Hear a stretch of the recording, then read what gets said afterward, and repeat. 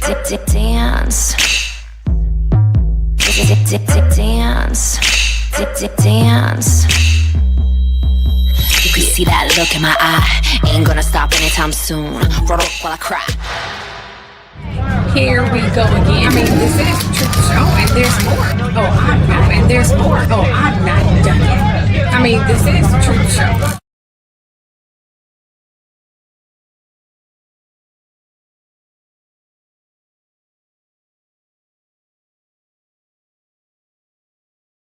Please note that this is all alleged. I've never met any of these people. I've deeply researched all of my information.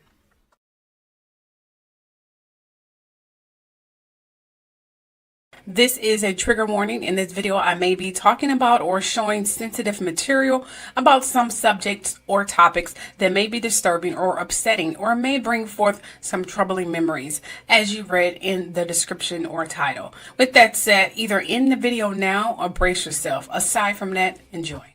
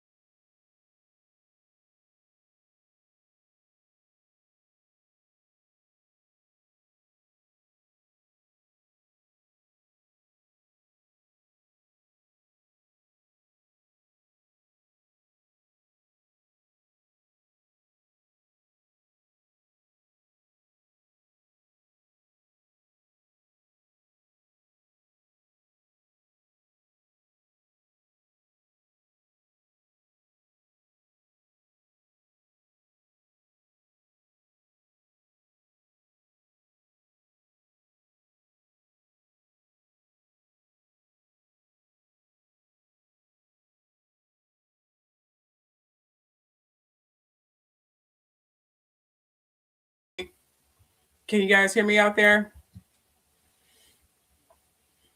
Huh? Okay. Welcome. We have a wonderful show today. I definitely want to say that the show, I started doing this the day before my birthday, and then my birthday on the 10th, I stopped doing it.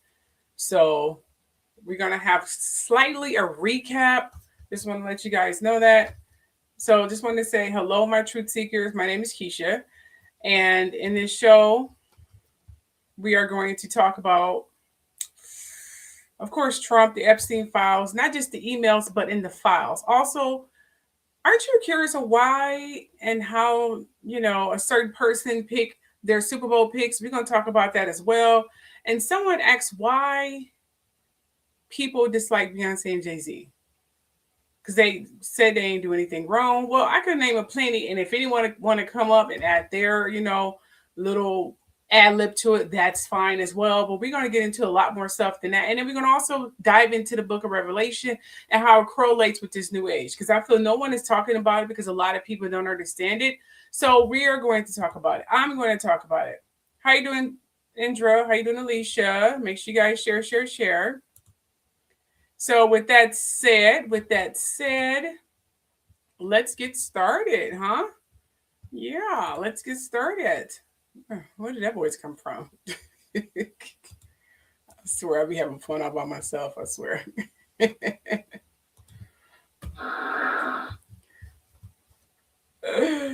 Oh boy. Okay, I'm gonna do a quick recap of the world news.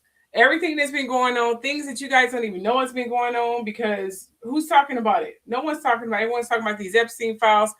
Do anyone know what's really going on in the world right now? I mean, do anyone have a freaking clue? Tell me in the comment section, does anyone have a freaking clue what's going on right now in the world? I can guarantee no one does. No, they don't. Okay, well, you know what? I'm Keisha, and I'm going to tell you what the hell is going on. Okay, because that's my job, and I feel that is something I should definitely keep you guys abreast. So, yeah. Okay, first we're going to talk about Spain. Spain is pushing a new rule that will block anyone under 16 from having social media accounts. So they're trying to censor people in Spain, ladies and gentlemen. Yes, you heard that correctly. They are censoring people in Spain. Yes, they are. Why? Well, they say social media is harming kids' mental health and exposes them to too much adult content. I'm sorry, we're not doing that. We're not going back to the Stone Age where they control what you see, what you feel. That is taking away your freedom. That is taking away your freedom to choose. See, they're trying to take things back. This is going to push their people to probably ride and do other things. Don't stand up for this, Spain people. Don't stand for this. Hell no. Don't tell them what. No. Just no. Okay, then we have in France. Yes, France. Now, France announced it will stop using major American software. I don't know if I know how to speak in French. I mean, I heard a lot of French people speaking. I watch French movies, but with subtitles, of course, because I don't understand French. But I don't know if I can. They speak with a lisp, kind of like a lisp kind of voice. I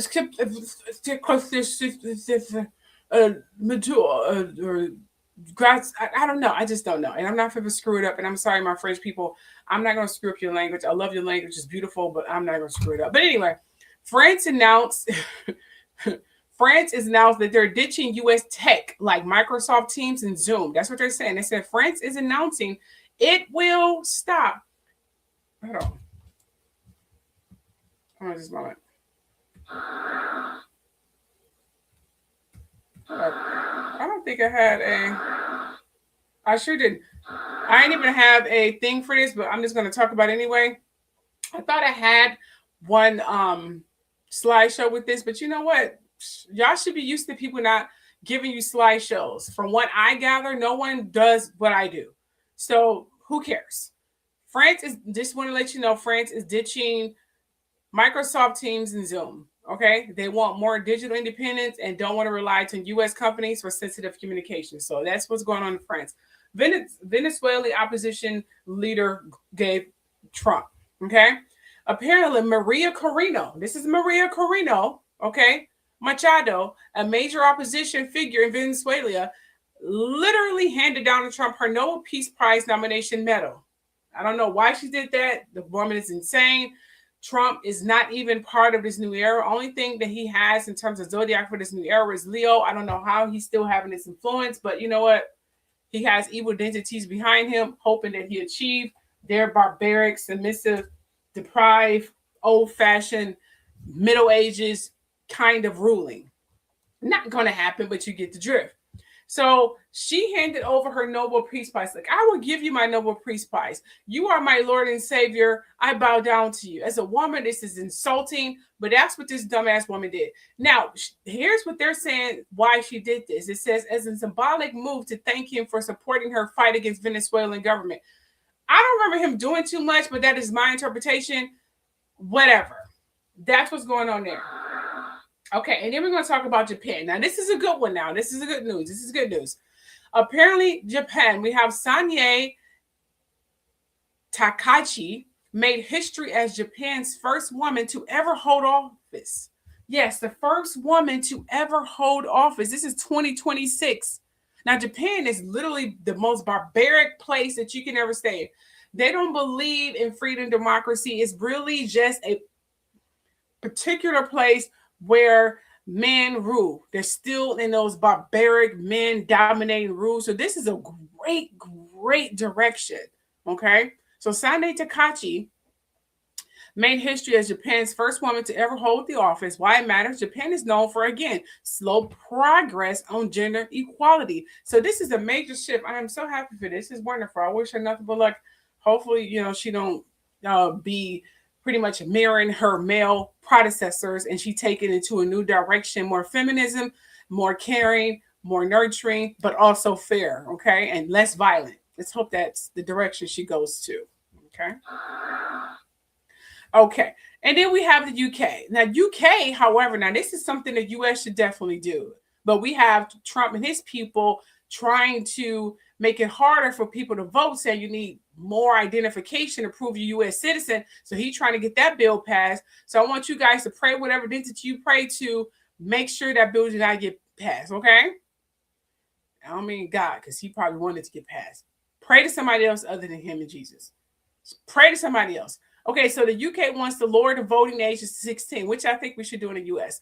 The British government is debating whether teens should be allowed to vote at 16. Why?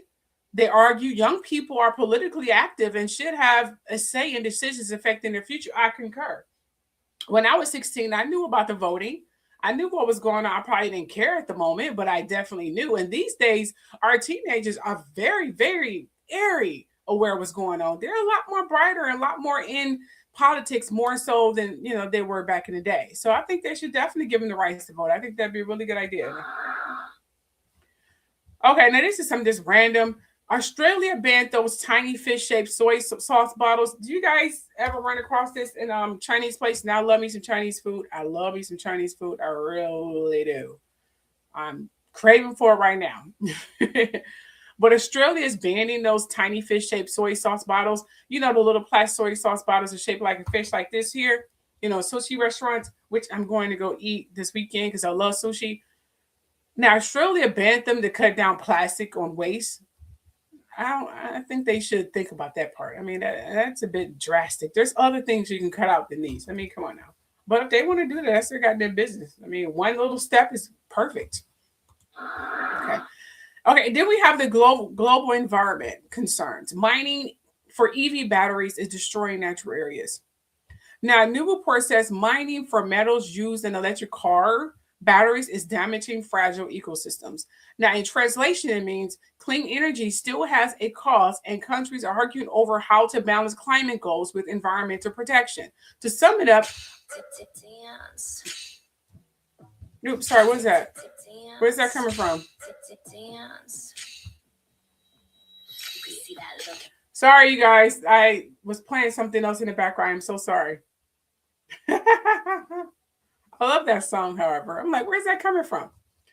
Okay, so just to sum it up, what I just pretty much showed you guys around the world. Oh, and by the way, Alicia, thank you for your gift. I really appreciate it.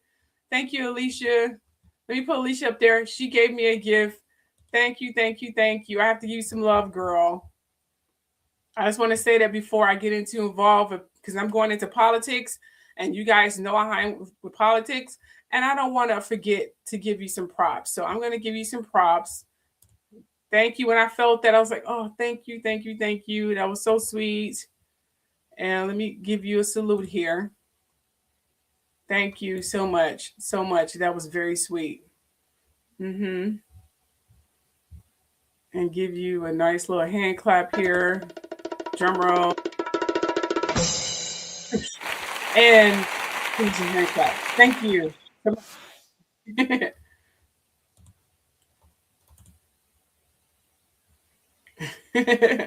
Okay.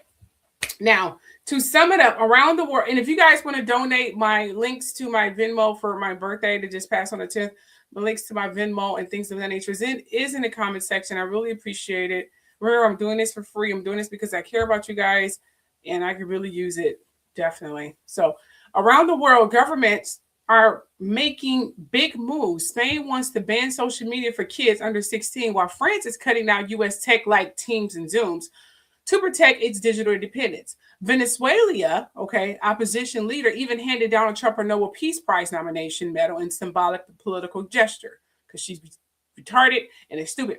Japan just made history with its first female prime minister. Talking about moving into the age of Aquarius, which is moving into the age of feminism, is a perfect ingredient for that age. You know what I'm saying? Okay. All right. So, and then we have, and the UK is debating lowering their voting age to 16. Please do. We should do that here.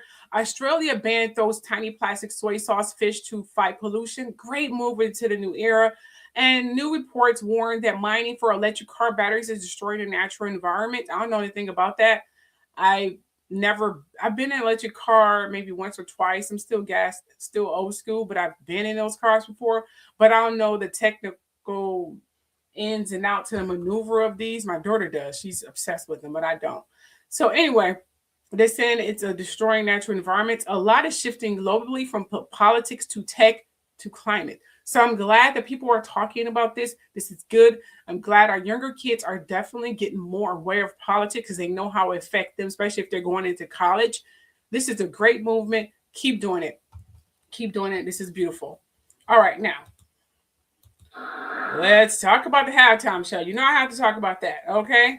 Yes, Trump and his halftime show. Okay, Donald Trump hated Bad Bunny's Super Bowl halftime performance and blasted it all over Truth Social. I do not have Truth Social downloaded, and I have no intentions on downloading it at all. Okay? Don't plan on doing that. Don't want to do it. Absolutely freaking not. Okay? So Trump pretty much hated Bad Bunny's Super Bowl halftime performance and blasted it all over Truth Social. Here's a simple version. He called it one of the worst shows ever. He said the show was absolutely terrible and disgusting and claimed it didn't represent American values. It definitely represented American values because Hispanics, believe it or not, and I did some history, they are indigenous to this country as well. Okay? I don't know why he feels he can pick and choose who are immigrants. And he's trying to pass that cockamamie bill for voting, and he's trying to pass the bill where he can strip people's citizenship, foreign citizenships if they commit a crime. Oh, if he commits that, oh my gosh, that would backfire. That means we can do that to him. By his own law that he's trying to enact, we can strip his citizenship and ship his ass back to where the fuck he come from, which is Germany, or where the hell he come from. Who the fuck cares? Drop him off in the ocean. I don't give a damn. I don't know. And I don't mean to say that. Please forgive me. I hope they don't censure me.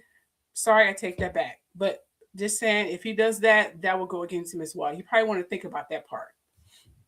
Okay. Now, and please communicate in the comment section. I want to know that I'm not speaking to myself.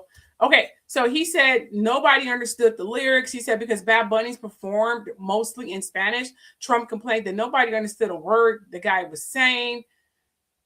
I understand Spanish. I just don't know how to speak it, but I understand what he's saying in that perspective. He said the dancing wasn't appropriate for kids. He argued the choreography was disgusting and not suitable for families watching at home. He got a lot of nerves to act like he care about appropriation for kids. The pedophile and rapist himself, and he caring about what is good for kids? Give me a break. Give me a break. He called it a slap in the face to our country. He framed the show as un-American and said it didn't reflect success, creativity, or excellency. Okay. And then, last but not least, Bad Bunny pretty much was criticized. They said Bad Bunny criticized ICE and Trump's immigration policies before, so Trump used the halftime show to push back and claim the performance was political. He made it political by dipping his nose into it. Trump needs to be quiet, seriously. Does he have any idea what the fuck he's talking about? I think he has no idea what he's talking about. He should really shut up. So to sum it up, what pretty much went on Truth Social was that he dragged Bugs Bunny halftime show, calling it disgusting, un-American, and one of the worst shows ever. He said nobody could understand the Spanish lyrics, and the dancing wasn't kid-friendly. Meanwhile, Bad Bunny's message was literally the only thing more powerful than hate is love. That's what he said. So he turned it into a whole culture and political clash. He gave historical references, and I do have the video so you guys can pinpoint the message that was definitely taken away from the show. I thought it was very educational. I thought it was beautiful. I love Latino music. I am up for the whole culture thing here, and I love Hispanic. I don't like what's done to them. I don't like what's done to the Haitian people. I don't like what's done to the Chinese, Japanese, and all the rest of the needs. I don't like it at all. I don't like what's going on with immigration at all, especially from a man who married nothing but immigrants. He is a bad apple. He is a man that needs to be removed. He is a man that's taken us into bankruptcy. He is a man taking everything into catastrophic and turmoil and chaos. He is a man that is driven by anger and impulse. He is dangerous. We are losing our members from NATO. He needs to be stopped. And that Pam Bondi, we're going to talk about her dumb ass too. But anyway, here are some clips.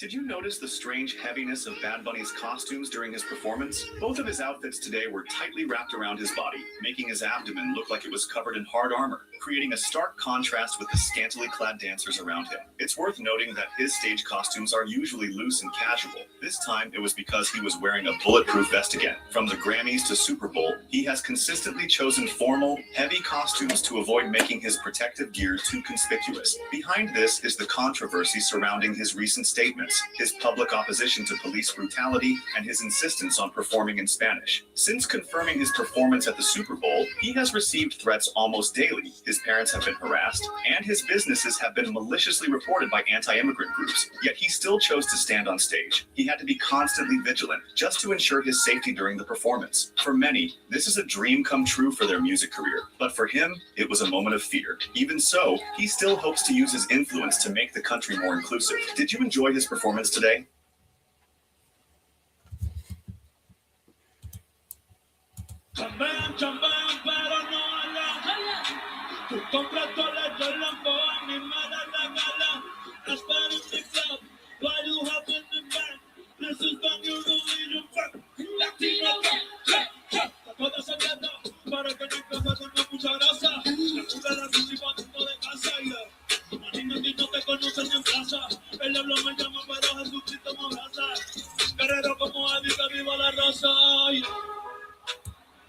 Seguimos aquí.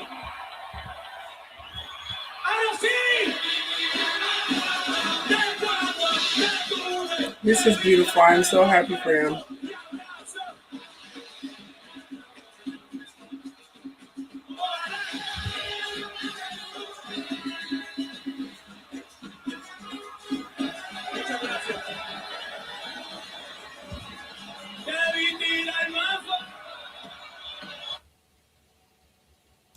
Now, remember, if the sound goes out or anything of the nature, please tell me, you guys. Don't sit back and allow me not to know, okay? You guys got to be my eyes and ears when I'm not.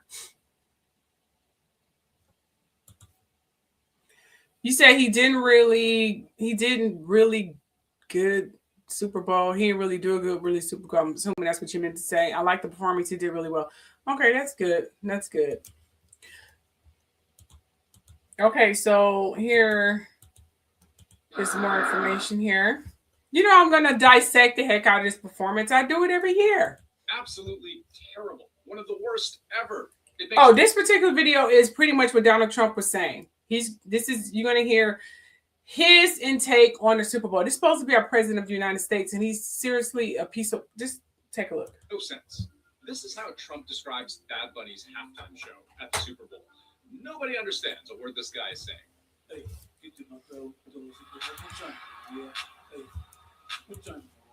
The words are Spanish. Somewhere around 60 million Americans can speak and understand Spanish. And fun fact, only one country in the entire world has more Spanish speakers than the United States. That's Mexico. But Trump continues. This show is just a slap in the face to our country. Now, I'm going to guess, no matter what language Bad Bunny sang in, Trump knew he wasn't going to like what he saw. Because at the Grammys, Bad Bunny took a stand against ICE. Before I say thanks to God, I'm going to say ICE out. And so when the NFL announced last year that Bad Bunny would be playing the Super Bowl halftime show, Trump and right-leaning media leaned away. The NFL just chose the Bad Bunny Rabbit or whatever his name, this guy who hates ICE. He doesn't like you. I never heard of him. I don't know who he is. I don't know why they're doing it. It's like crazy. This fits a pattern with Donald Trump, where his measure of a person's patriotism is whether they agree with his policies. It brings up mixed emotions to represent the U.S. right now, I think. I'll give you another example. Hunter Hess, half-pipe skier for Team USA, competing at the 2026 Olympic Games. Just because I'm wearing the flag doesn't mean I represent everything that's going on in the U.S. He grew up in Oregon, has 4 World Cup podiums, 2 X Games bronze medals, but also to Donald Trump, a real loser. Says he doesn't represent his country. He shouldn't have tried out for the team, and it's too bad he's on it. And Trump's chief of protocol sees disagreement with the president the same way. Represent America with pride or GTFO. Get the F out. And you can keep going back. Remember when Trump threatened to take away Rosie O'Donnell's American citizenship? Or when he ripped into the women's soccer team for getting knocked out of the 2023 World Cup? Calling out players like Megan Rapinoe, who took a knee during the U.S. anthem, as openly hostile to America. Woke equals failure. That itself was, of course, in support of Colin Kaepernick doing the same, protesting racial inequality and police brutality in the United States. Wouldn't you love to see one of these NFL owners, when somebody disrespects our flag, to say, get that son of a bitch off the field right now, out, he's fired. I'm so sick of him. Fired! Except what Trump sees as un-American, unpatriotic, and disloyal, his critics see as one of the most American things there is: free speech, defiance, dissent. Now they're trying to investigate it now. Yeah, this is your president. Republican lawmakers are calling for an investigation into the Super Bowl halftime show, saying that Bad Bunny's performance was illegal. Here's what we know. Republican Representative Randy Fine posted on X Monday that he and other GOP congressmen are formally requesting that the Federal Communications Commission investigate Bad Bunny's Super Bowl halftime show, calling the performance disgusting and illegal. Representative Fine said they are sending a letter calling for dramatic action, including fines and broadcast license reviews, against the NFL, NBC, and Bad Bunny for allegedly broadcasting explicit lyrics in Spanish during the game. Lock them up, he added, alongside images of portions of Bad Bunny's songs containing explicit words. Though Bad Bunny did perform a portion of the song Safaera during Super Bowl 60, the suggestive words were bleeped out during the broadcast. You can't say the F word on live TV, Fine wrote, even though Bad Bunny never said the F word during his performance. Additionally, GOP Representative Andy Ogle sent a letter to the House Committee on Energy and Commerce Monday, requesting a formal inquiry into NBC Universal and the NFL for prior knowledge, review, and approval of explicit and indecent content. The Apple Music Super Bowl 60 halftime show was pure smut, brazenly aired on national television for every American family to witness. Ogles wrote on X, adding that children were forced to endure explicit displays of gay sexual acts, women gyrating provocatively, and Bad Bunny shamelessly grabbing his crotch while dry humping the air. Ogles went on to allege that the performance's lyrics openly glorified sodomy and countless other unspeakable depravities. These flagrant, indecent acts are illegal to be displayed on public airways, he said. While Bad Bunny's show was highly controversial, it's not the first time halftime shows have received backlash for inappropriate content. In 2023, the FCC received 103 formal complaints about sexualized lyrics and choreography in Rihanna's halftime show. And in 2004, many were outraged after Janet Jackson's nipple was exposed while she was performing with Justin Timberlake. What did you think of Bad Bunny's halftime show? Let us know in the comments. Republican lawmakers. Oh, me either. Girl, you are not alone in that department. I'm sick of them. I want to talk specifically about the political references in this halftime show that really got me. So, starting off, we're in the sugarcane fields. Okay, so you guys want to know the message that he was giving? Here we go right here. Because I know people like, okay, I don't understand any of the scenes. She about to break it down so in detail. Superb. I want to talk specifically Puerto Rico. References in this halftime show that really got me. So, starting off, we're in the sugarcane fields of Puerto Rico.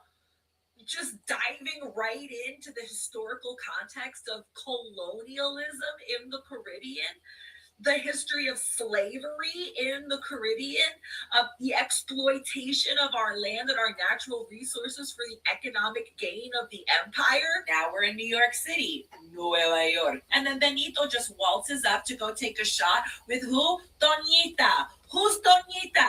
This is a real Puerto Rican woman who lives in Brooklyn and owns something called the Caribbean Social Club, which is one of the last standing Puerto Rican establishments in Williamsburg, which has been a hugely gentrified neighborhood of New York City, which was always traditionally Puerto Rican. She herself has almost been kicked out many times, but refuses to sell. She's an icon of fighting gentrification in Nueva York. Part of the show that hit us Boricuas the hardest. Ricky Martin.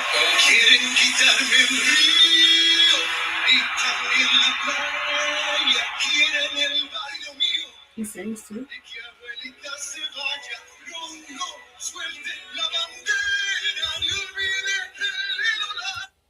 Bad Bunny's song saying, I don't want to happen to us. What happened to Hawaii?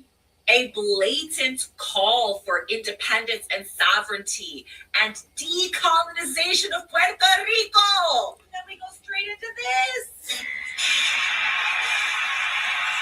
Beautiful. And she simulated the problems with our power grid in Puerto Rico, which is a direct consequence of us being a colony, and the privatization of our power grid by the USA. The way they do Puerto Rico is so sad. From the fields carrying the Puerto Rican flag, but not just any Puerto Rican flag. This is the light blue Puerto Rican flag, which is the original colors. And this is the flag that they banned. And then we were only allowed to get our flag back when they changed it from light blue to that navy royal blue to match the blue in the American flag. But by waving this flag, this is our original flag, again referencing our own sovereignty.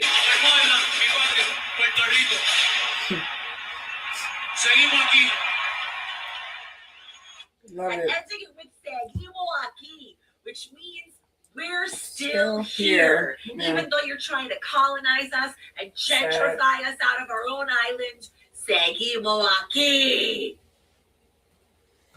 Love it. I got to give a hand clap to that. That was beautiful. A beautiful breakdown. I have to give a hand clap for that. Love it.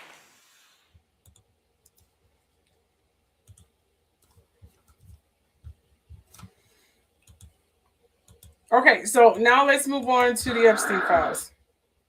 Okay, this is going to be called Deep Dive Part 1. Now, you all know I've been deeply into the Epstein files, and I want to tell you all what I've discovered. Well, first of all, the CIA, the FBI, and the DOJ, they sat on these files for years. So we are seeing files and cases and reports that went back years. They sat on it for a year. This is before Pam Bondi and her goofy ass came into the picture. They sat it on it for years, okay, and did nothing. Finito, nada.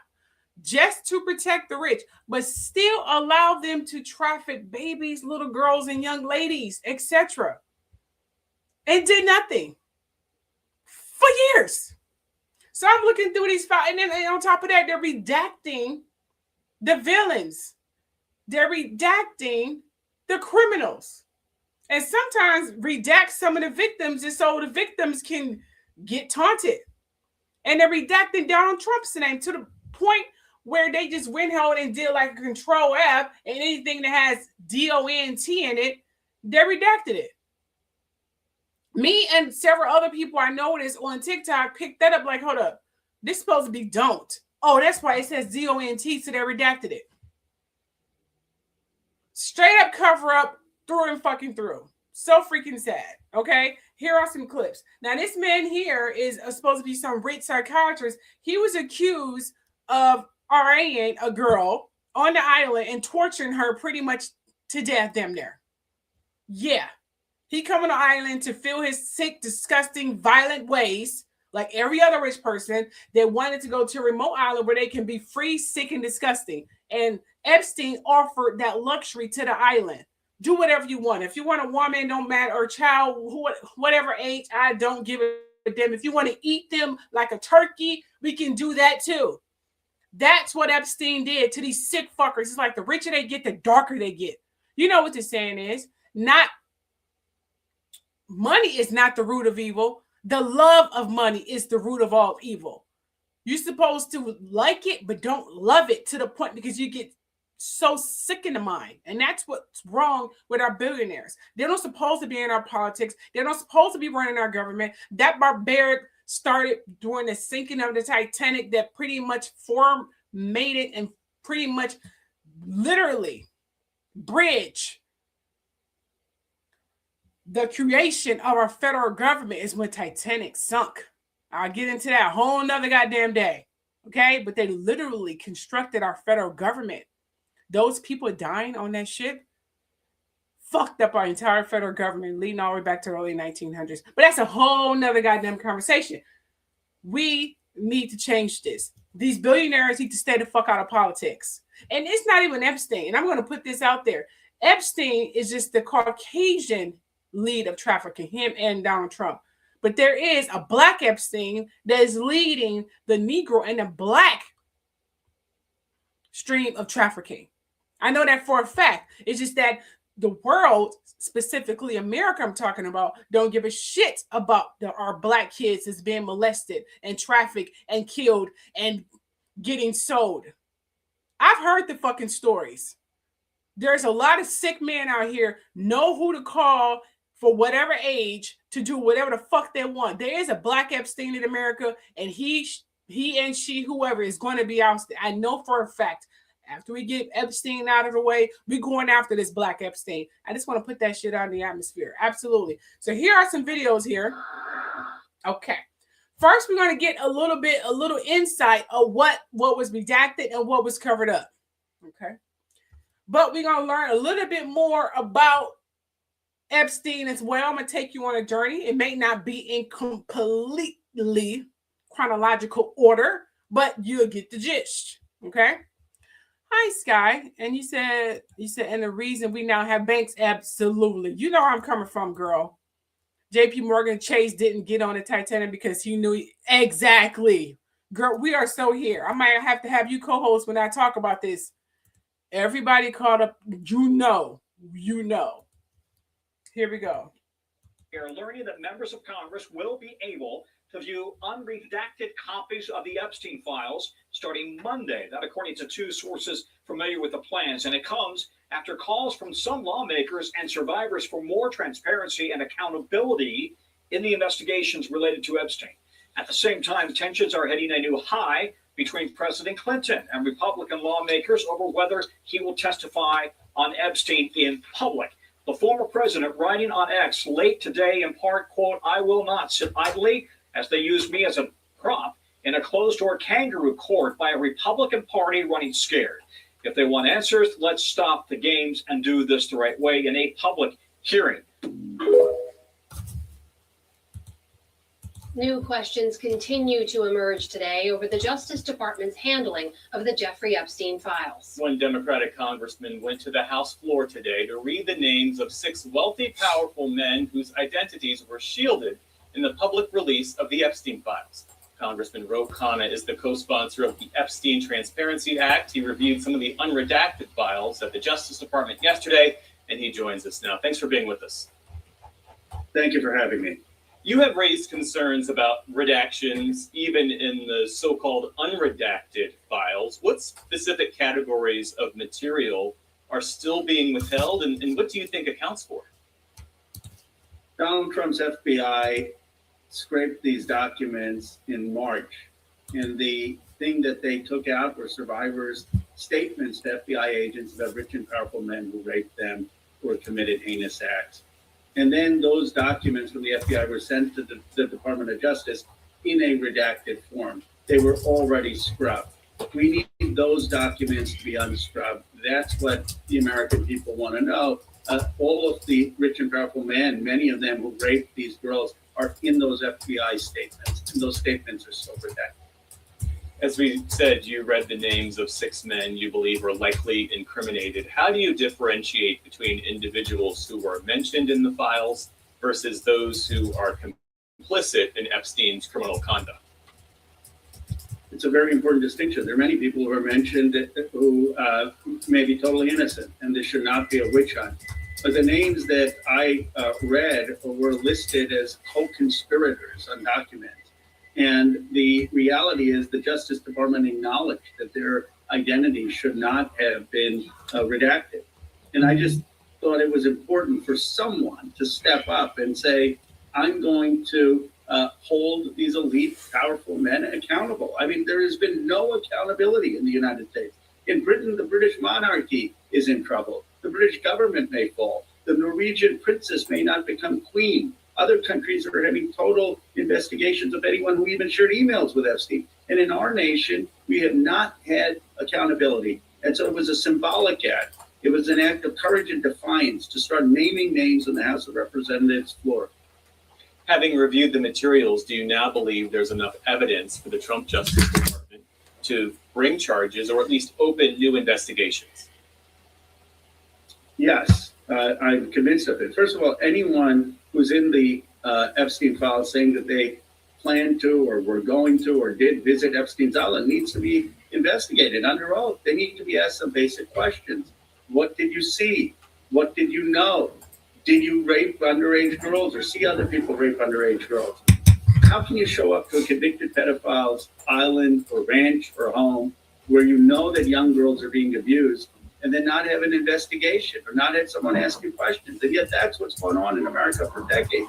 It is one of the biggest cover-ups and scandals in our country's history to see so many people in finance, in tech, in real estate, in politics, go to this pedophile's island and face no consequences.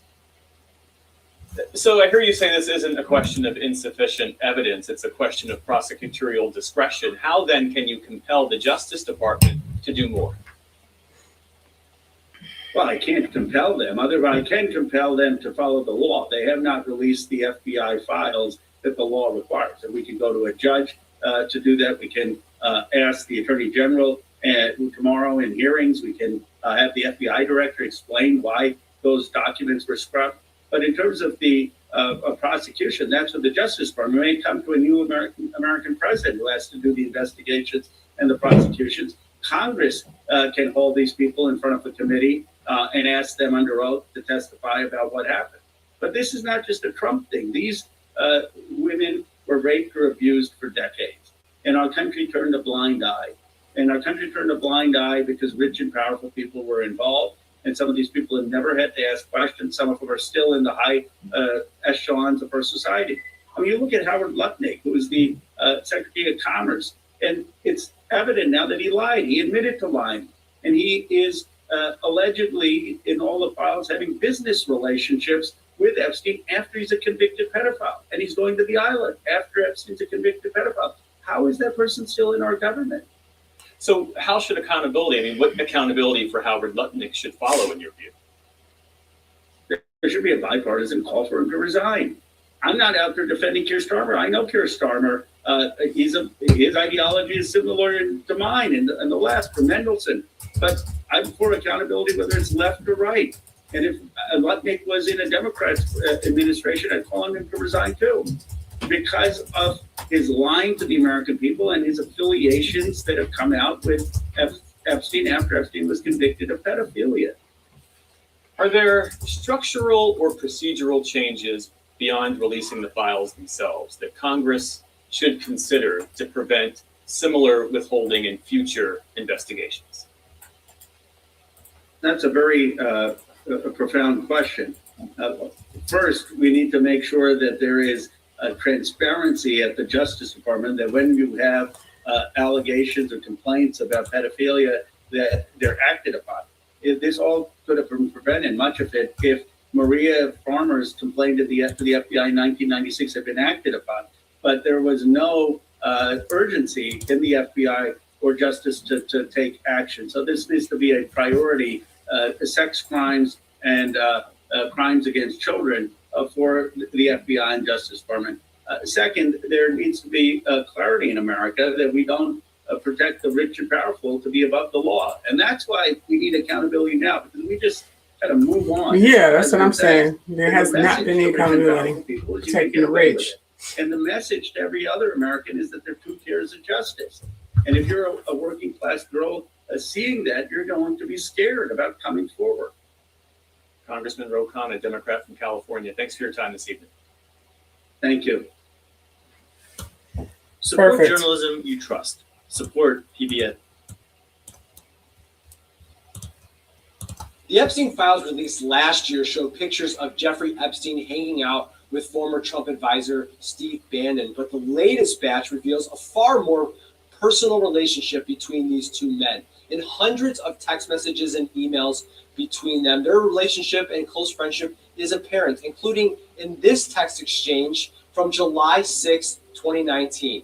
In those messages, Bannon and Epstein discuss getting together the following day, but when Bannon proposes a time, Epstein abruptly calls off their plans, writing, quotes, "all canceled." Epstein had been arrested by federal authorities for sex trafficking minors. Bannon first met Epstein after the 2016 election, according to journalist Michael Wolff in his 2019 book, Siege, Trump Under Fire. Wolf wrote that Bannon, the architect of Trump's improbable win, told Epstein, quote, "You were the one person I was truly afraid of coming forward during the campaign." Epstein grew deeply invested in Bannon's attempts to spread right-wing populism all over the globe, offering contacts, advice, and access to his plane. Bannon, meanwhile, seemed eager to take advantage of his new friends. At one point in July 2018, he asked him in a text message, quote, "Do you know anyone in Europe that wants to control the European Parliament and with it the EU?" At times, Epstein and Bannon reflected on their consequential partnership. Like when they had overlapping interests in Israel, Epstein wrote to Bannon, quote, "Now you can understand why Trump wakes up in the middle of the night sweating when he hears you and I are friends." Before publishing this story, I reached out to Steve Bannon for comment, and he did not respond. Oh yeah, those files are deep, you guys. Deep, I'm telling ya. Make sure I hit the like button. Okay, so then there was Elon Musk emails. It did show Elon Musk trying to get back on the island to be free and sick, but I never saw, as of yet, do know that I'm still going through them, any info of him actually being on the island. I mean, they are seeing in parties and things of that nature, but I didn't see him actually on the island. I just want to point that out. But I'm still searching through it. Okay. It was always him saying in the emails, "I would love to come," and then Epstein either agreed and something happened, or Musk never went, it seems. And then they made more plans and the same thing happened. And then it shows Musk blowing them off, saying he has meetings for SpaceX. I'm paraphrasing. He has meetings for SpaceX or Tesla or something like that. It was always tit for tat for a minute. And then it seems Epstein stopped asking or caring and didn't want him to come to the island anymore. And I want to pull that up for you guys. I want you guys to see what I'm talking about here, so you can know what I'm saying, okay? Yeah, let me pull it up for you.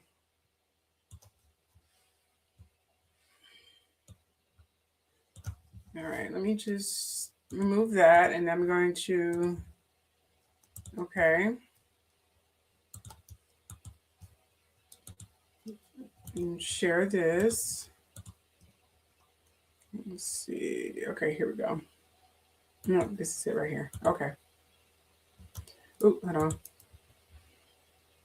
All right, here we go. Okay, here we go. Here we go. I'm going to add that to the stage. You guys see that? You see that? Yes. Hold on for a second.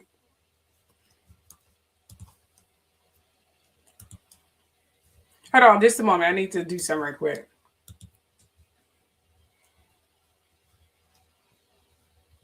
Here's the, okay. Here we go. Oop. But yeah, so it won't be a huge, long silence here. Yes, in those files, it did pretty much show that Elon Musk was definitely trying to get on the island, but he didn't really get on the island. I just want to point that out. He didn't really get on the island. I just want to make sure we are understanding that. But let me go ahead and bring that up. Okay, so here's what we have here. Okay. Here's Elon Musk. This is the Gmail that someone produced where it has all the emails in the email format. It's easier for me to go through it this way. Okay. Let me make sure it doesn't have the visual effects is not showing. Okay, good. Just want to make sure everything is only up there. Okay, so we're going to look to these are all Elon Musk files. Okay, you guys are still with me. Okay, here are all the Elon Musk files. Matter of fact, let me just put your comments on the screen so I can see it. Okay, so here are all the Elon Musk files. They have been produced and put into this Gmail here. And as you can see here, okay, we're going to go all the way back, because they go all the way back to 2012. That is after he has been convicted of being a pedophile and being registered as a sex offender and a pedophile in the whole 9 yards. Okay. All right. I'm going to pull up the email. We're going to do this live. I'm going to make it really quick. I'm not going to get deep into it. I just want you guys to see, what he has been writing. If it'll let me pull it up. Let's see if it'll let me pull it up. Okay. It's not letting me pull it up.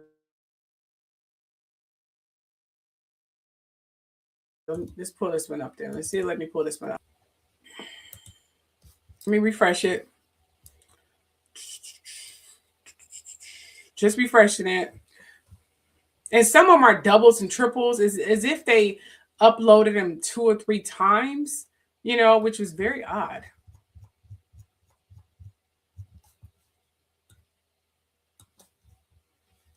You guys hear me? Oh, I knew. Okay. Let me know if you guys can still hear me out there.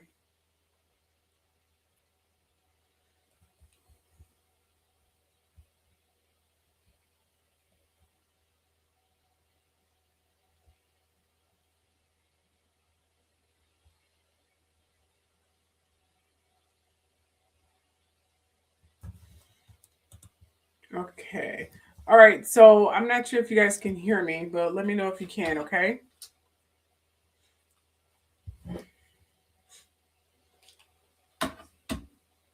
Okay, you guys can hear me? Okay, good, because I didn't know. Okay, so here this is the one from December 24th. This is around Christmas. He seemed to always want to get in contact with him around Christmas. Okay, so Epstein, as you can see the times here. As you can see the times here, December 24th, 2012. Okay, 6:17. You are welcome to stay or just come for the day. Plenty of room. Let me see if I can go back and see if there was a message that was before then. We're going to go all the way back here. Okay, here we go. And it says here, how many people, this is sent November 24th, 2012. Okay, 9:40 a.m.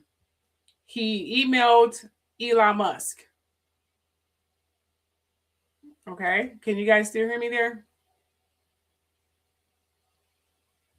Okay. And then the response from Elon is like, probably just Tallulah and me. What day night will be the wildest party on our island? We don't know if he ever went. I didn't see any pictures of him on there. You know, Jeffrey Epstein take pictures of everybody, but I didn't see any pictures of him on there. I want to point that out. Okay. Now we're going to go. We did the November. Let's move up here. We're going to do Christmas of 2012. Okay. And it says here, you are welcome to stay. Just come for the day. Plenty of room. I will send heli, which is helicopter, to get you. Elon Musk responded at 6:07 the next day on Christmas in the morning. Do you have any parties planned? I've been working, and he has the link so you can see the original document as well to make sure that he's not, you know, just committing fraudulent or whatever the case may be. These are authentic files. And Elon Musk says, do you have any parties planned? I've been working to the edge of sanity this year. And so once my kids head home for after Christmas, I really want to hit the party scene in St. Ballas or elsewhere and let loose. The invitation is much appreciated, but a peaceful island experience is the opposite of what I'm looking for. So apparently he was like, that's not what I'm looking for. I'm looking for something else. Okay, let's see if there's any more, he said. Let's move up here. Okay, here we go. That's the same email. Let's move on here. That's the same email. Let's see if he responded to that. Okay, here we go. Here's another response here.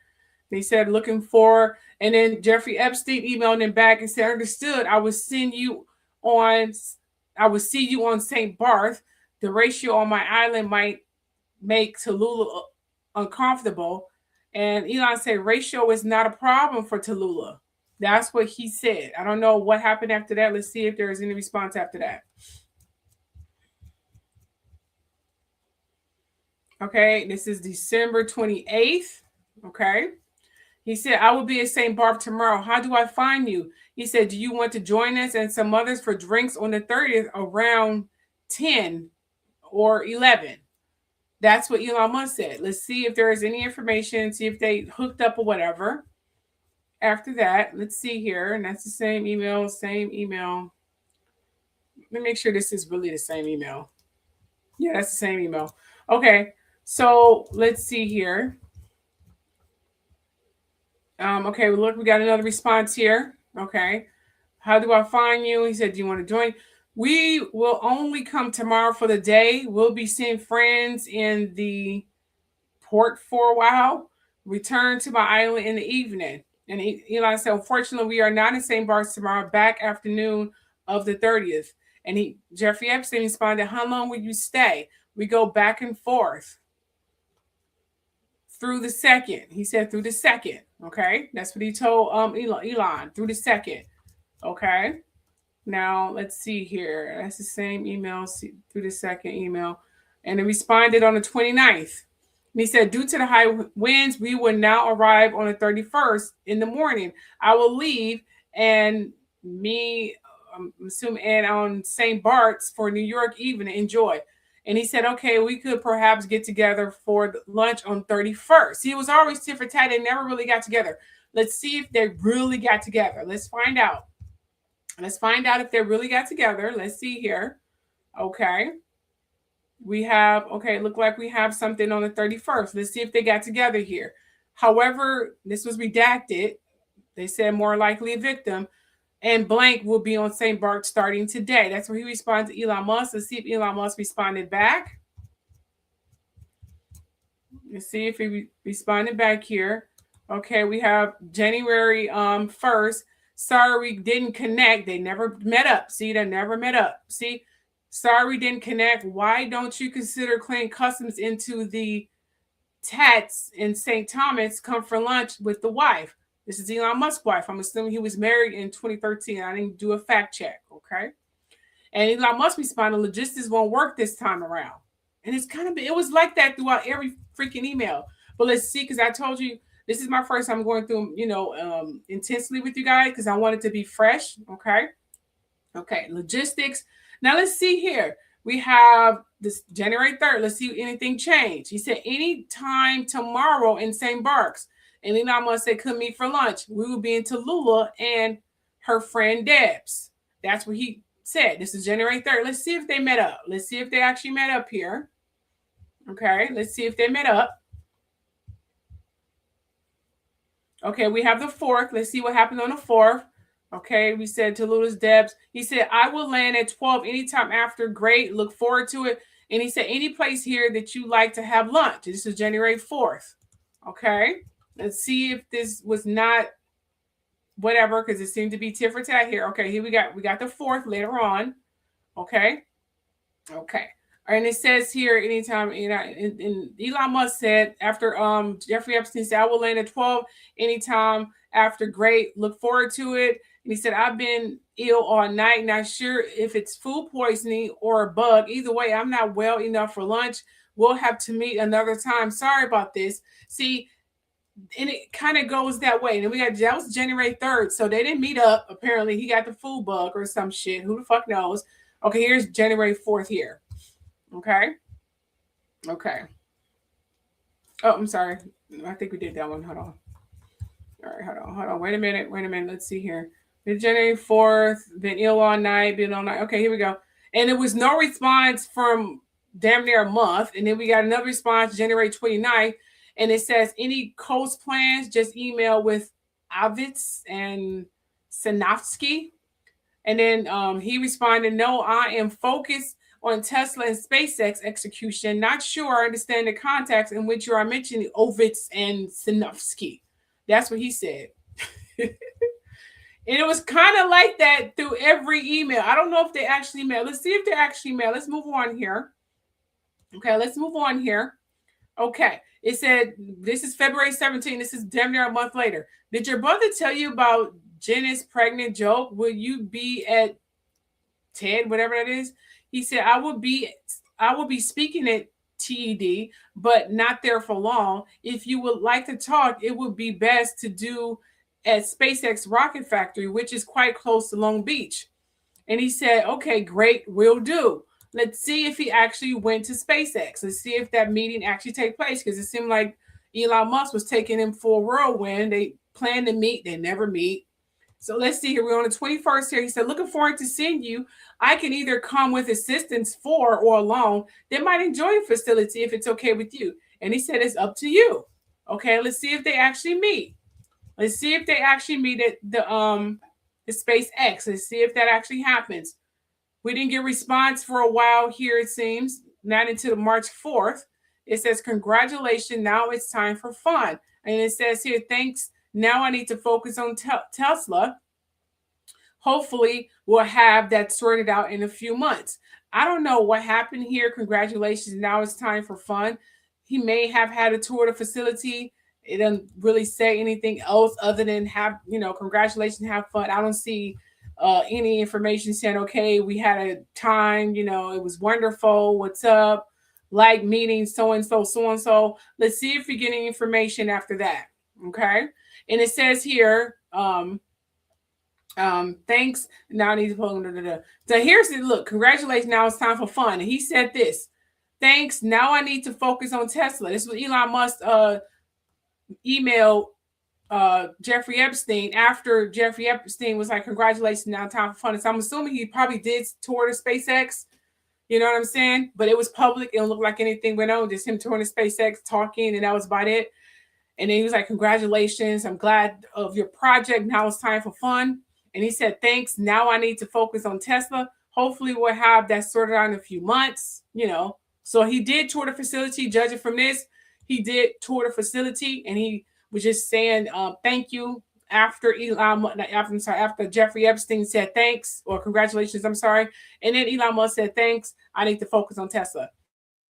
But Jeffrey Epstein seeming trying to get this man along, more than likely to get some blackmail material on him so he can blackmail him. So it looked like Jeffrey Epstein was trying to get Elon Musk on the island. Elon Musk was having mixed feelings, or his schedule was conflicting with him actually getting on the island. Okay. And it says here, will you take a break in April? See, he's trying to get him alone to get that blackmail material. But Elon Musk won't to, but it seemed like his schedule kept conflicting with him actually going. And Elon Musk says, it's 3 a.m. in California, and I'm still working on Tesla and SpaceX email. We'll hit the sack shortly, but be up at 7 for a call. April should be better, but it depends how well, California goes. That's what he messaged him. That was March 4th. Okay. Let's see what happens after that. Let's see here. March 4th. Thanks. 3 a.m. Okay. Then they go March 4th again. Like Epstein responded back here.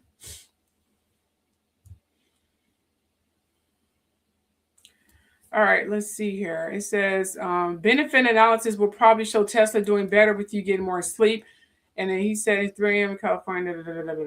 Okay, then Elon Musk says, normally I would agree, as I have found that my total daily productivity is optional at around 6 to 6.5 hours of sleep. However, I have to fly to Geneva tomorrow. So staying up late puts me more in sync with that time zone. So it's like Elon Musk is just focused on business. Like, I have to get some sleep. I have these meetings. I'll have to get back to you on that. That's pretty much where it just kept going back and forth. Like, I don't know. I have to do this. I don't know. We'll see. And it was just going on like that for a while. You know what I mean? And it says this.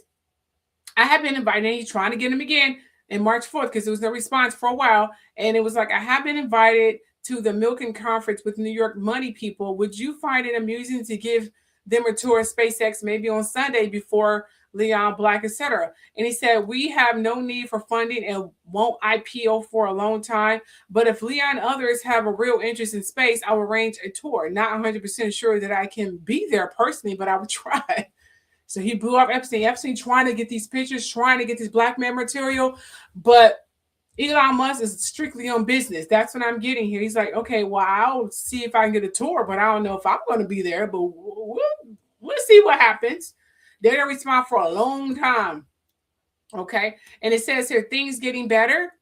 Better, yes. Workload, no. And it was like that for a while. Fast forwarding here to most recent here. Let's go. It goes on like that for a while. It just goes on like that for a while. I mean, see, just all it is. It goes back. They never really met. And then it got to the point, where Epstein was just copy and pasting responses and shit because Elon Musk never got to the island. Like, I got here, have been in London in those days. See, that's all it was. He never actually met up with him. You know what I'm saying?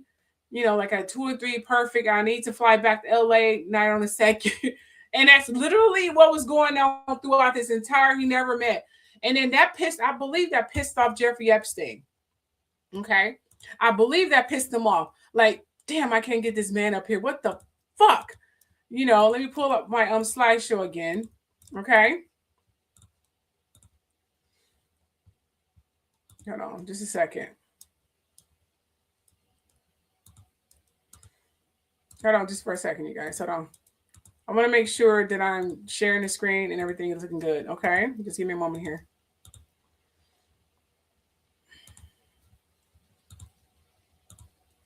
Okay, so here we go. And it pretty, like I said, it goes on like that for a while. It doesn't really change. Now, this is where I personally believe the beef and anger came in from us. A man who wasn't invited to the billionaire sick pedo parties or any billionaire parties. So here comes Trump. Because Elon Musk, he was always a nerdy guy, even though he don't know about coding and put together apps and SpaceX, the gadgets of it. But he liked looking at it. He likes looking at it being done. He likes how it works, but he don't know technically about it. He want to know how to take it apart and put it back together again. He don't know anything of those techs and specs. So he's a nerd at heart, but not nerd when it comes to intelligence. Okay. So he always wanted to be a part of that inner billionaire club gang. He wanted to be, even though he was going to fake it to make it to belong. Okay. So here comes Trump basically saying, do you want to hang? But here's the catch. In order for you to hang with the billionaire people, you got to make me president. Musk jumped on that real quick. And in Trump usual fashion, to anyone who may not be sick as he, because I don't think Elon Musk is that fucking sick. I think he's more so on the lines of whatever, you know, wanted to be a part of it, maybe a freak, and I don't know, he may even mess with some minors. I don't know if he done anything drastic in terms of rape or anything. I haven't read anything about that. But anyway, here's the thing. Trump invited him, okay, saying he can be a part of it, okay? But Elon Musk, I believe he kicked I love space and tech. He's a like, I love space, I love technology geek. You know, he kicked Elon Musk's ass to the curb. That pissed Musk off, and the rest is history. And then we saw the ramifications and the come of that all through X. He was like, okay, then fine, show the Epstein file, because he knew Trump was at the Epstein Island. He knew that. Elon Musk never got a chance to do that. Hooked up at some parties, some public events where there were other billionaires there. Okay, maybe took a picture there. But personally, with pictures, Epstein wanted to get him on that island, wanted to get him with a minor to get some blackmail material on this man. He wanted to do that. But Elon Musk was always busy. His schedule was always conflicting, which is why he said show the Epstein files, because he had nothing to hide. I didn't see anything here yet, but I'm still going through it. I'll let you know if anything changes, okay? Now, that's Elon Musk. That billionaire has been clear as far as I am concerned in terms of him actually getting on that island. I think they met at public events with other billionaires, but I don't think Elon Musk's been on that island. I don't think Epstein has any pictures with any minors. I haven't seen any yet, and I haven't saw any on TikTok yet that were real. But there were other billionaires that was definitely on that island. Now, I have to admit, I don't recognize many of the rich men in the files, and I had to research many of them. However, watching Attorney General Pam Bondi sit up there and ignore all the victims and not care of the illegal cover-up redaction in the Epstein files of criminals, pedos, and conspirators, I never saw a horrible disgrace and incompetent woman in my life. Does she have daughters? Because she literally sent in a message to her daughters. This is the message she sent. She said, I don't care, baby, if you get raped, molested, whoever, but if the person is paying your bills and you have enough money, go for it. Push it under the rug, because that's literally what the fuck she sent a message to all those victims. And as a woman, that is a huge fucking embarrassment. A huge embarrassment. She's an embarrassment for women in America and needs to be voted out and put to jail and made an example out of. Okay. So in these next clip, you will hear, see, and learn about some of the biggest names and billionaires being exposed, and see Pam Bondi get embarrassed and also see her arrogance. Take a look at these clips.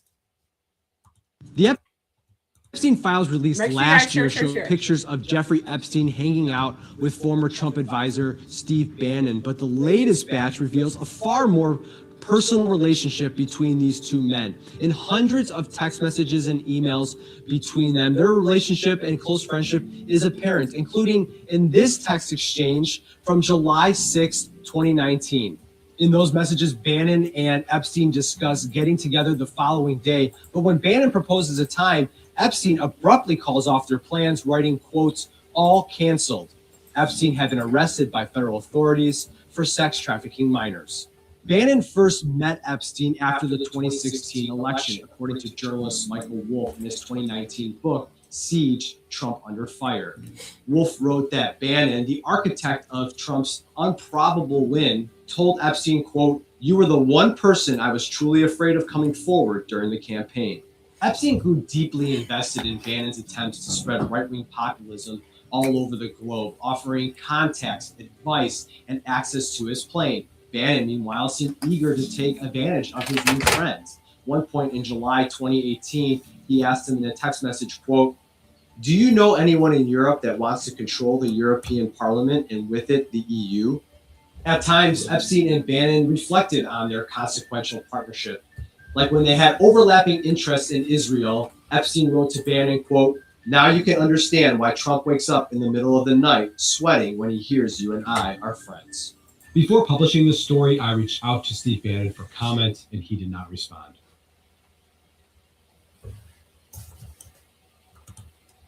Right under our noses. Okay, here's what I want to clear up. Oh, yeah, definitely. Here's what I want to clear up. I want to clear up Ellen DeGeneres' name because a lot of people are trying to accuse Ellen DeGeneres part of the trafficking when she was trying to expose the trafficking. This Oscar thing was her exposing what Jeffrey Epstein was doing. And shortly after she did these Oscars, all the shit started happening at her show. Okay? It started happening shortly after when she started exposing Diddy and his parties and everyone else. What happened? All of a sudden, her crew allegedly started blacklisting her and wanted her gone to the much needed for her to get out of town and move to the UK. How crazy is that? They ran her out of town for exposing the truth. And we already know what happens to people who expose the truth. They are ridiculed, they are lynched, and they are literally silenced and sometimes permanently eliminated. Okay? With that knowledge of Pizzagate, with that knowledge of Epstein, I want you to take a good look at this freaking clip now with that mindset and the knowledge that you have right now. And then you will see that she was trying to expose these people. Okay?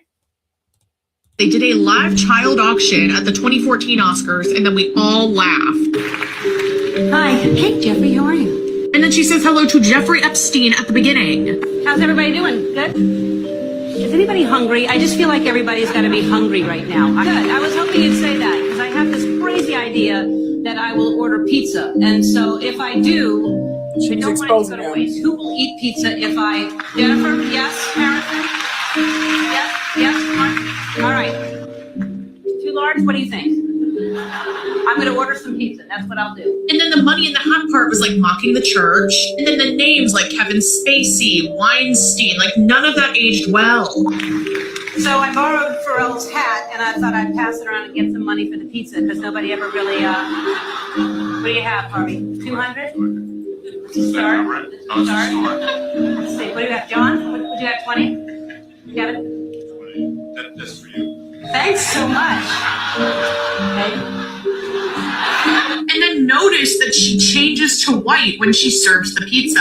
And you know what party is all white? Come on down. We have cheese. We have different kinds. Who's hungry? Who's going to eat on this? You guys understand, Ellen DeGeneres is Aquarius, and we are notorious for giving clues and leaving breadcrumbs without verbally revealing our truth. I told you guys that about my identity and things of that nature.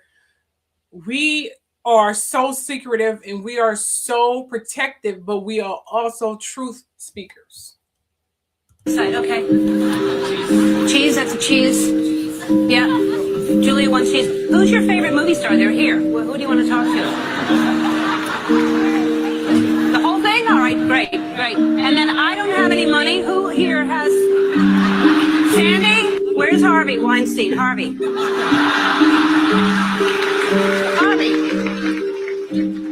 No pressure, only 1 billion people watching. Whatever you feel is right.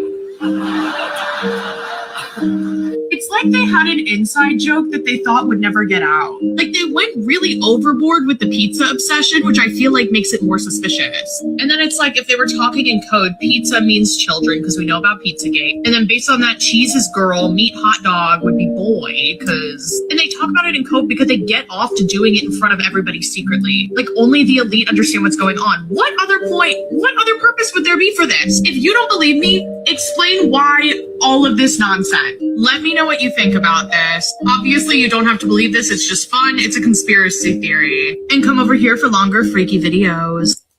Mm-hmm. Okay, now we're going to get into the Pam Bondi hearing. This woman, I just want to warn you how, trying to prepare myself because she, here we go. Donald Trump attended various parties with Jeffrey Epstein. I want to know, were there any underage girls at that party or at any party that Trump attended with Jeffrey Epstein?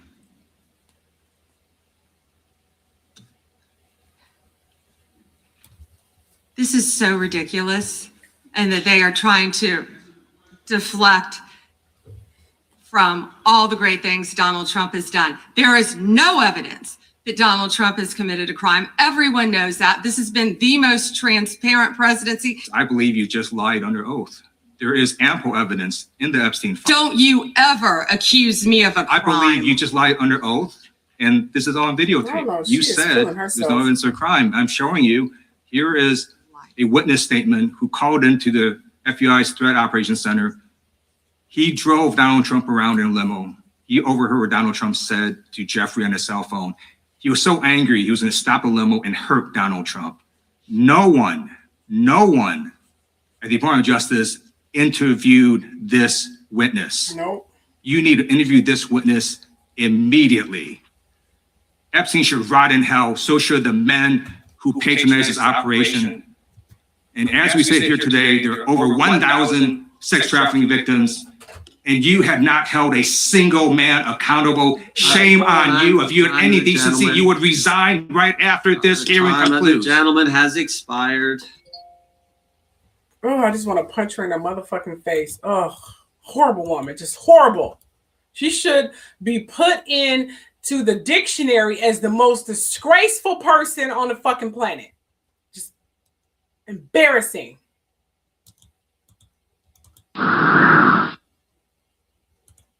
Earth. Ish. She has the biggest Stockholm syndrome on the freaking planet. You gotta understand, Pam Bondi was a victim. Pam Bondi and the Speaker of the House was a victim of Donald Trump in the past. Apparently, Donald Trump offered her a job, maybe gave her a little money, some loans and stuff. And as usual, for some really weak-minded victims, she fell prey to this little ploy. The biggest Stockholm syndrome on the fucking planet. Seriously. She have no idea that she being played. You think Trump gonna throw up under the bus? You think Trump is gonna save her when she get thrown in jail? Hell no. He gonna pretty much just acknowledge her altogether, especially if she gonna bring him down with him. And she gonna see that and find that out the hard way. And I'm glad she is, because she's really cocky and she's really arrogant throughout this entire hearing and very insensitive toward the victim. She wouldn't even acknowledge their existence. Shaking. Even before the hearing began, the stage was set for confrontation. And we are all going to get in her face and grill her. You're running a massive Epstein cover-up right out of the Department of Justice. Inside, members of Congress set the tone for a bruising encounter. You're siding with the perpetrators and you're ignoring the victims. Attorney General Pam Bondi here to face criticism for her handling of the Epstein files, in which perpetrators of abuse were redacted and often victims were not. I loved the torture video. The contrast graphically illustrated the mood increasingly combative. Chairman, Why? I have asked. Didn't she ask Merrick Garland this? I am Twice. reclaiming my He sat in my time, and chair. when I will reclaim my continue to time, answer. it is Mr. Chairman, the gentlelady has I'm reclaimed her not going time. to get in the gutter for her theatrics. to the survivors in the room. Sitting directly behind Pam Bondi, several survivors, not given the right to speak, but still capable of showing their contempt for the way Trump's Department of Justice has treated them. Please raise your hands if you have still not been able to meet with this Department of Justice. There was no apology So from sad. America's most senior law official, neither was there even an acknowledgement of the survivors behind her. She never even looked at him. Chairman How many Jordan, of you I'm died? not going to get in the gutter with these people. How many- but I'm- More Oh, no, she verbal didn't. combat with few answers. Excuse me, I'm going to answer the question. Answer my question. No, I'm going to answer the question the way I want to answer the question. No, you can let her filibuster all day long, but not on our watch. Not on our time. No way. And I told you about that, Attorney General, before you started. You don't tell me. Yeah, I anything. did tell you because we Washed saw up. what you did in the You're a Senate. lawyer. I'm not even a lawyer. Committee will be in order. This isn't a circus. This is a hearing. With her back against the wall, Pam Bondi reached for a familiar refrain. And this guy has Trump derangement syndrome. The Dow is over 50,000. Incredibly, in a hearing about sexual abuse, she suggested members should focus on the US economy. Americans' 401ks and retirement savings are booming. Chief refused to even look at the survivors behind her. What were you thinking? I really couldn't believe it, just on a human level. And yes, UK media was definitely there. Yeah, UK media was definitely there. I honestly don't think that she knew the rules of the floor until one of the other congressmen, representative, gave her a layout of the rules. And then if you notice after that, she followed them. I don't think she knew the rules. I think she thought she was in a regular court hearing and you just say this, talk over like we're in Judge Judy or some goddamn where. I don't think she knew the rules because she's stupid. I'm still wondering how in the hell did she get her degree? What cases did she try? Jasmine Crockett asked the serious, most efficient and wanting to know freaking question. Eager question that people was definitely pondering. I do have that clip as well. I thought that I was prepared for anything, and I was certainly prepared for that. But I thought that she can have would that take the diaper opportunity and fuck. to turn around to the survivors who were right there and say to them, I'm sorry. Well, this hearing has created a lot of heat and light, but very little clarity for the survivors about how the Department of Justice so mishandled these files. It's incredibly disappointing to hear our own DOJ won't protect victims or survivors. So we're really disappointed in it. It's an embarrassment to our country that she can't even acknowledge that we were sitting there. She didn't acknowledge that we were sitting there. Chairman, she's embarrassing you. Survivors felt instead of being treated with dignity and respect today by Pam Bondi, they were simply ignored. Dan Rivers, ITV News, Washington. This is an embarrassment for America. She needs to be seriously voted out. Congress needs to vote her the fuck out. To the survivors in the room, if you are Here's willing, another, please just in case stand. you guys missed that.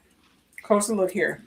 Here are the survivors. These survivors are grown now. And if you are willing, please raise your hands if you have still not been able to meet with this Department of Justice. Take a look. There we go. Please know for the record that every single survivor has raised their hand. Pam Bondi is for the criminals. Attorney General Bondi, you apologized to the survivors in your opening statement for what they went through at the hands of Jeffrey Epstein. Will you turn to them now and apologize for what your Department of Justice has put them through with the absolutely unacceptable release of the Epstein files and their information? She did not do that. She reflected and started bringing up stats. Here is another representative also speaking to Pam Bondi and her doing what she usually do. You guys are gonna fucking hate her. You're siding with the perpetrators and you're ignoring the victims. That will be your legacy unless you act quickly to change course. You're running a massive Epstein cover-up right out of the Department of Justice. You've been ordered by subpoena and by Congress to turn over 6 million documents, photographs, and videos in the Epstein files, but you've turned over only 3 million. You say you're not turning over the other 3 million because they're somehow duplicative, but we know that there are actual memos of victim statements in there.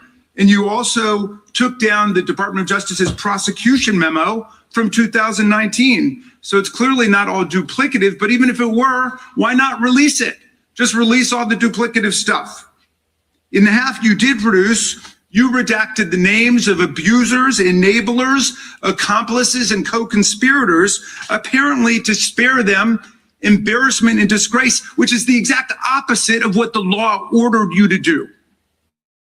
Even worse, you shockingly failed to redact many of the victims' names, which is what you were ordered to do by Congress. Some of the victims had come forward publicly, but many had not. Many had kept their torment private, even from family and friends. But you published their names, their identities, their images on thousands of pages for the world to see. So you ignored the law, and even with over 100,000 employees at your disposal, you acted with some mixture of staggering incompetence, cold indifference, and jaded cruelty towards more than 1,000 victims raped, abused, and trafficked. This performance screams cover up. Convicted sex trafficker and groomer Ghislaine Maxwell opened the gates of hell to Virginia Giuffre and hundreds of other victims, as Virginia recorded in her remarkable book, Nobody's Girl. But when Maxwell was subpoenaed to come testify before Congress, you and Todd Blanche quickly moved her from a higher security prison to a minimum security camp in Texas, where she's enjoyed 5-star treatment, including catered meals, private gym time, and access to a therapy puppy.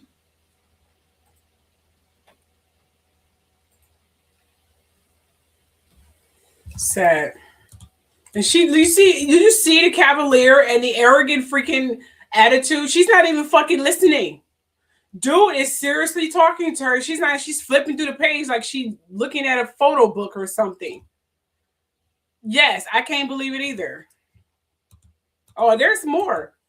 I want you guys to see how cruel she is. And I can't, if a MAGA person is still with this, you need to not be friends with them, because they're admitting they're pedos and rapists and racists. Because if you're still with this woman and you're still with this party, that's literally what you're agreeing to. For wanting the release of the files. He blamed Barack Obama. Republicans voted against the release of the files in the Rules Committee. Then they refused to even return to the Rules Committee until they could be protected from future votes on the release. Speaker Johnson sends Congress home a day early before break. They sent the Deputy Attorney General to meet with Maxwell. She said something favorable about the president. Miraculously, she gets transferred to a minimum security facility. No one can explain why. Miraculously, the leaks to the Wall Street Journal stopped. We come back from break. We have the Massey discharge petition. Republicans drop a rule, a non-binding resolution trying to kill the Massey discharge petition. The White House says passing the Massey discharge petition is a hostile act. Trying to stop the necessary 218 signatures, according to Republican members that signed it, the White House brought them into the Situation Room, the place where the president goes for time of war, promising things like appropriations or maybe even to primary them. People in the room say you were there. It didn't work. We get the 218 signatures. We eventually passed the Massey petition. You guys didn't release the files. You were forced by Congress.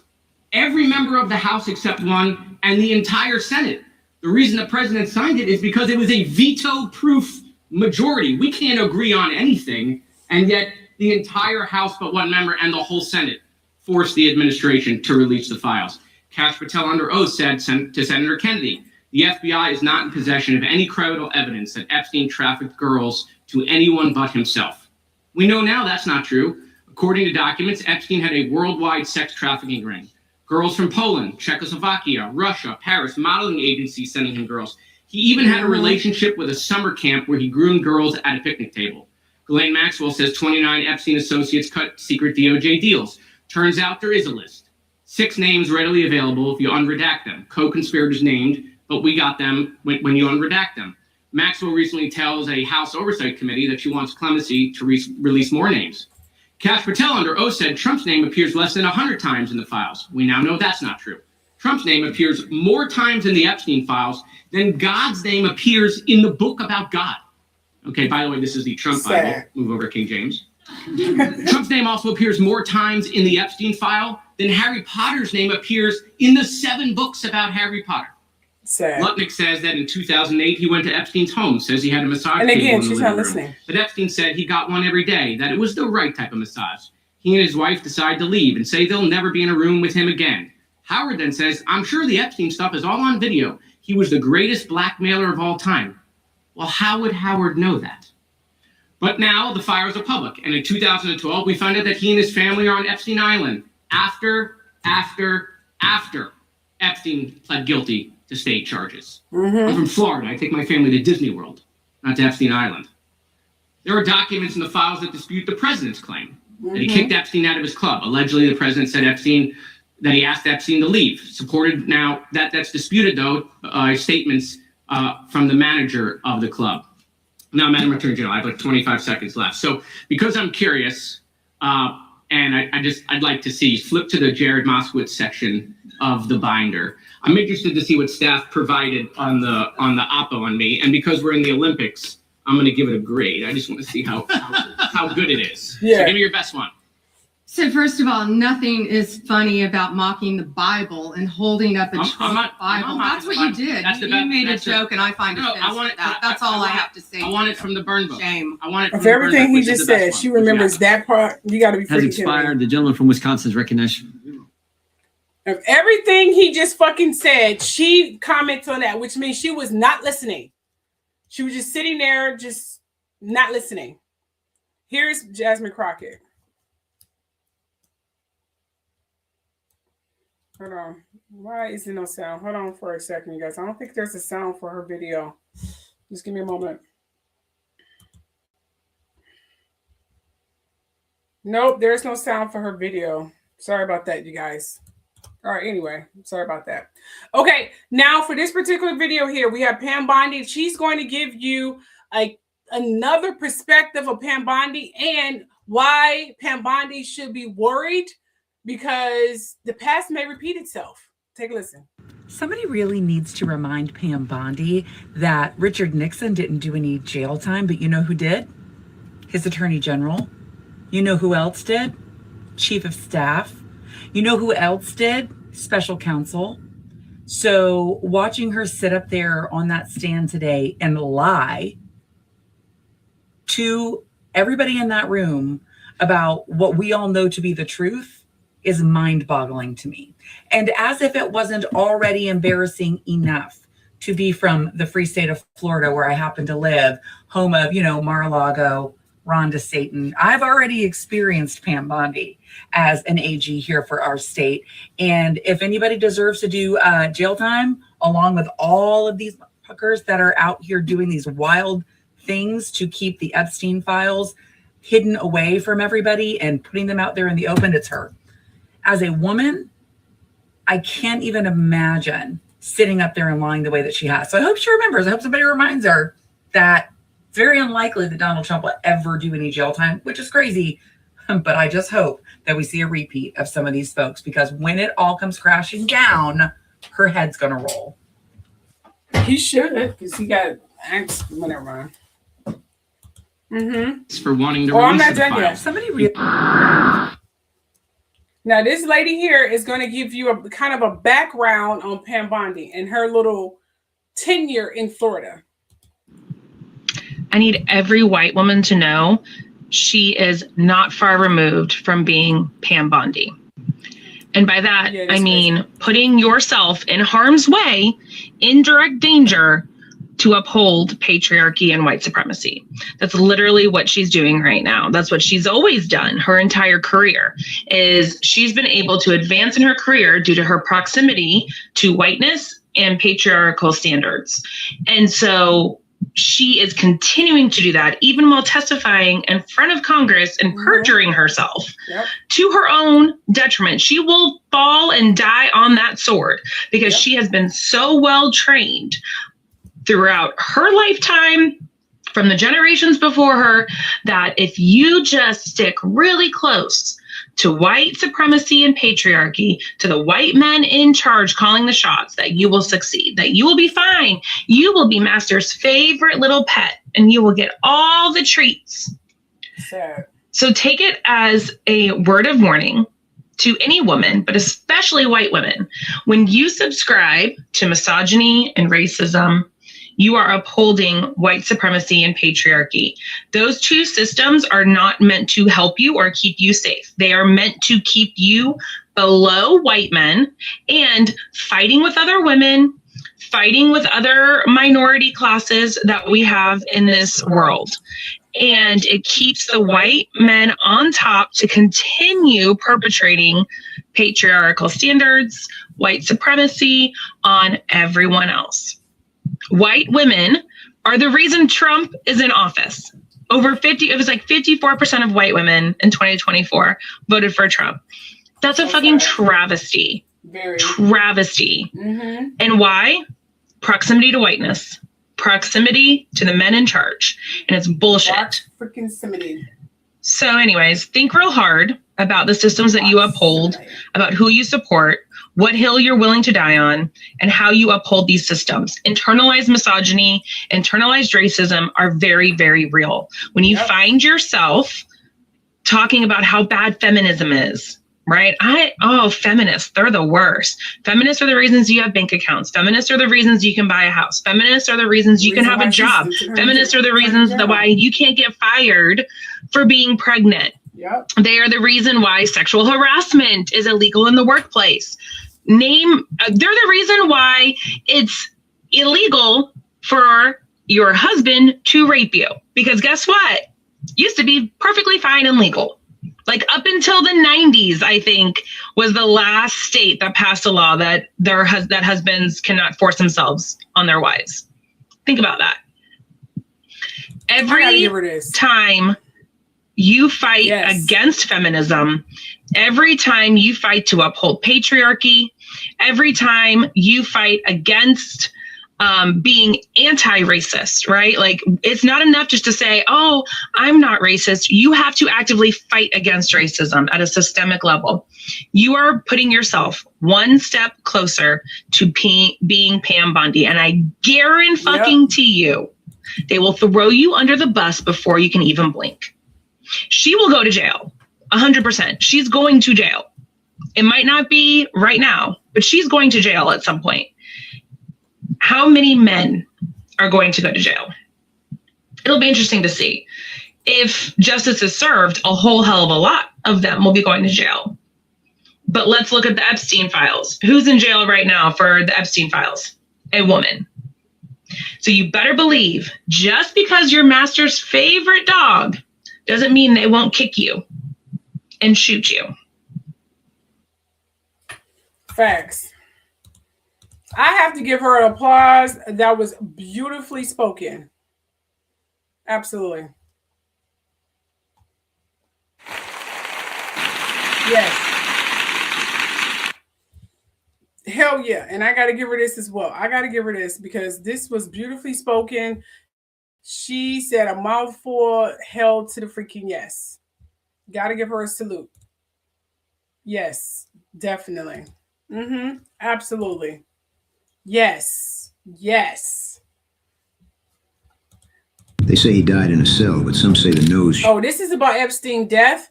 People are still, in the conspiracy that he's still alive or not. I'm still, debating if that's true or not. I instinctively, I do believe he is alive, but I need proof. Let's see what this says. You and I are watching this video live together. I want to watch this video live together with you guys. Shape on that body doesn't even match him. Official reports say he unalived himself in 2019, but the 2026 files tell a different story. If you look closely at the final photos they released, people are noticing the facial structure and nose shape don't match the original JE at all. What's even weirder is that he had a very specific tat on his arm that is 100% missing from the body in that picture. A leaked online post, allegedly from a staff member on duty that night, claims that he wasn't found. He was relocated while the cameras were off. The timing is looking a little sus, don't you think? While everyone was distracted, a private flight was booked through a shadow company. That company didn't close in 2019. It stayed active and funded all the way until right now in 2026. Why keep a ghost travel account open for 7 years? Some theorists believe he never actually stopped moving. They're pointing to strange signals still coming from that secret location. The theory is that the 3 million pages were just a distraction to keep the man with the secrets protected. Instead of a ghost, they're suggesting he's an asset still watching from the shadows. Comment file, and I'll send you a secret document which will shock you. Mm-hmm. Yes. Is he alive? I don't know. Is he? We're off.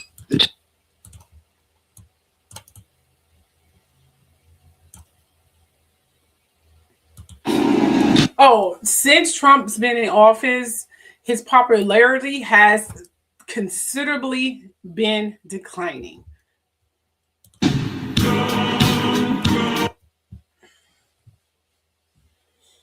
I can't play the music because it's probably copyrighted, so we're not gonna play the music. Okay. Oh yeah, this is where this more than likely was like this initially before he rigged the election, but you get my drift.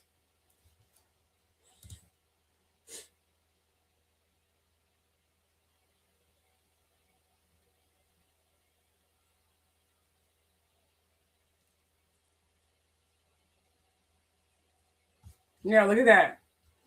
Mm-hmm. This is where it's turning into. And I think it was like this initially before the whole rig election malarkey. Yeah, this is where we at right now. This is where we at. Judging from the stats and the marches and the responses from that area, this is where we're at currently. Oh yeah. I don't know how he think he's gonna win midterms. Only way he's gonna win I can't even speak. The only way he's gonna win midterms if he cheats, which is why he's trying to implement this need further proof ID and able to take away people's citizenship, foreign citizenship, which is against the Constitution. He cannot do, but he don't know what the Constitution says, and he never listened to it. So he tried to pass a bill for that to be enacted. Let's hope that the Senate has a conscience this time and they don't pass that shit, or they don't cheat and pass it like they did that big beautiful bill, which I think wasn't passed legally. I think it was forged and seriously. I'm gonna go ahead and let that right because I'm getting a headache. Anyway, let's move on here. Okay, here is my intro. We're about to move into some dangerous territory. Here is my intro for that. You're blinded by the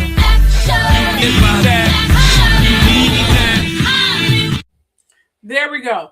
All right, in this next particular subject, we are going to talk about, yes, I know many of you would say that Jay-Z is the man and he brought millions of views to the Super Bowl.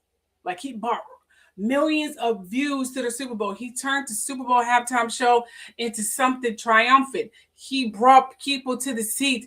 He brought this and He made,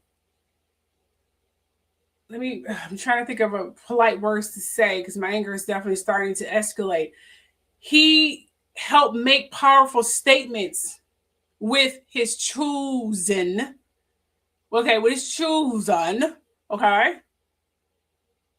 act and entertainment for the Super Bowl halftime show. Okay. You would say that he broken barriers. And guess what? I will agree with you. Okay. However, let's take a little closer look at the artists he picked for the halftime show. Okay. Now, remember, I don't know who this gentleman is. He seems to always pop up in pictures, but you know who this is. And this is Desiree Perez. Take a look at Miss Desiree Perez, the evil incarnated herself. Okay, so yeah, look at this evil person. She is the power behind him. Okay? She has the connections to CIA, foreign leaders, owners, CEOs. She's the Ghislaine. Yeah. To him. That's who she is to him. Okay? Not Beyonce, because he's just trying to keep Beyonce, happy with, buying awards, showering her with lavish gifts, taking her down every now and then, keeping her happy with that. And Beyonce is full-blown, eyes open, brainwashed, whole 9 yards. She don't see up, she don't see down, she see him, tunnel vision. That's what she sees. He know how to keep Beyonce dumbass in line. Okay, so we have this. Okay. We're going to take a closer look at his picks for the halftime show. As we know, Jay-Z, through Roc Nation, officially took over as the NFL's live entertainment strategist in 2019. Now, that's the year the NFL signed the long-term partnership, giving him authority over halftime show creation. Okay? Word on the street, his sidekick in crime, Desiree Perez, had to pull some illegal strings, blackmailing strings. She's a Ghislaine. She is Ghislaine. Okay? Again, she's the power behind Jay-Z. If you want to take him down, take her down first. Holler out to all my witches. Okay. Keep that in mind. Now, why did he choose the people for entertainment? I mean, think about it. Since Roc Nation took over in 2019, Jay-Z has overseen a major shift in who headlines the halftime show. I say again, he picked his favorites, not the favorites. He picked his favorites. Here are the performers confirmed under his tenure. Okay, in 2020, he picked Jennifer Lopez and Shakira. They brought the Latin/pop fusion global representation. It was beautiful. Although these two women could have stand alone, especially Shakira, but it is what it is. Okay. And then we have 2021. Okay. He brought The Weeknd there. The Weeknd. That's what he brought in 2021. He brought Weeknd. I didn't even know he was a solo pop R&B spectacle. That's what he brought in. I wouldn't have brought Weeknd, but this is his choice, so we're just gonna go ahead and just say that's what he brought. And I thought I had a picture of Weeknd in here, but I didn't. So that's what he brought. Okay. And then in 2022, he brought, the rock fusion, the old school historical West Coast hip hop tribute, not the East Coast, the West Coast, and some East Coast too, because Dr. Dre was kind of straddling the fence with East Coast and West Coast, but whatever. So anyway, he brought Dr. Dre, he brought Eminem, Snoop Dogg, Mary J. Blige, and we know how Mary J. gets Blige down with the Diddy, okay, the diddler. He was definitely probably talking to Diddy and getting his idea on what to, choose, because they were still cool at this time, okay? And then we have Rihanna. Probably forced. It was her first performance in years, a massive cultural moment, and I don't have to say why he brought her in, okay?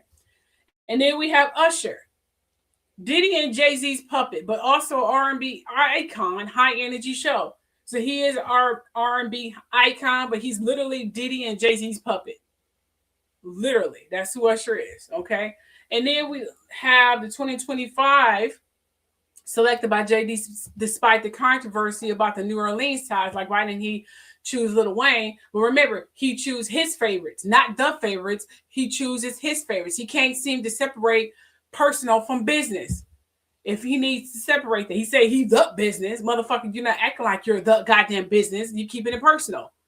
You got to put aside your little animosity and your issues with this artist and choose it for the people, not for your little insecure ass. Yeah, a rich man can be insecure. If the only thing they have going for themselves is their money, they're insecure. Okay, so he chose Kendrick Lamar.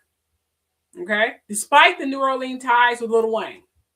And then last but not least, he chose Bad Bunny. First solo Spanish. He didn't do a solo performance for the women, but he damn sure did it for Bad Bunny. And these women are far more larger than Bad Bunny. They could have stood a stage alone. They ain't had to share a fucking stage. That was an insult, but they still did a beautiful job. Okay, then we have Bad Bunny. First solo Spanish language headline in Super Bowl history. Represents Jay-Z push toward global representation and his agenda to replace Diddy. He wants to be the it person when it comes to music. I mean, just look at his selfish choices. Let's look at that lineup a little closer here. Okay, first we have Jennifer Lopez. We have Jennifer Lopez and Shakira. They paid homage to his partner in crime, because that's who they are. Well, Jennifer Lopez anyway. They paid homage to his partner in crime because Jennifer Lopez used to go with Diddy. So she's a link between those two. Okay. All right. Who was there doing homage to not only to Diddy, but also to Desiree Perez, because they both Hispanic. Okay. So Desiree Perez is his partner in crime, the woman who has a history working with the CIA, who taunts and stalks her daughter and her boyfriend, among other sick and malevolent things. She also is Hispanic. Did I say that? She helped him land that deal with NFL. Yes, I'm not lying. That is a fucking fact. Take a look at this clip. Hopefully it'll play.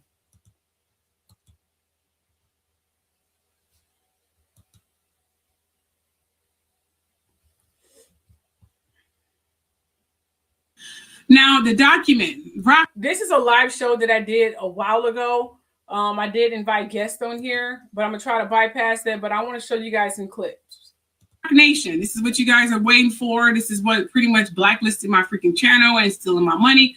Did I ever tell you guys that they already have my salary already estimated and verified before the month is even over?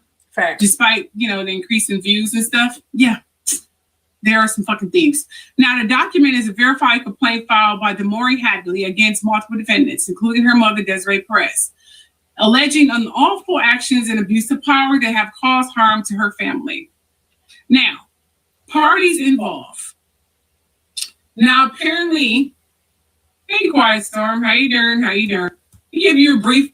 Okay, you do? Okay, just a moment. If anyone else want to come on. This is inviting her. I was inviting someone on, but I want you guys to look at these videos. Yes, I can. He hasn't really been in the scandals. I know he had a child and a family. Social media as well. I didn't really hear anything.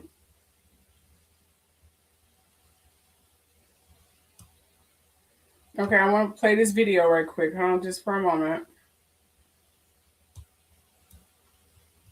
Talking about Jay-Z, Beyonce. Misleading photos of her swollen face, claims her husband knocked her teeth out just to try to get him locked up. In an interview with Tasha K, Demore revealed she hired a private investigator. She says they tried 3 times. It doesn't involve lynchings. Oh, God. Going down the rabbit hole, whatever. And I just want y'all to hear what I read about this lady, Desiree, and her daughter, Demora, and Rock Nation, and all of this. So listen to this real quick. Demora claims her mother, Desiree, which is the lady in the top left corner, Perez, who was once incarcerated for drug trafficking and pardoned by Trump in 2021, allegedly has a history of using her power, influence, and money to control people. But this time, she says it's gone too far. Back in May, Demore filed a lawsuit accusing Desiree, Rock Nation, and 17 other entities of conspiring to have her involuntarily committed. She says they tried 3 times before finally succeeding in March 2024 under Florida's Baker Act.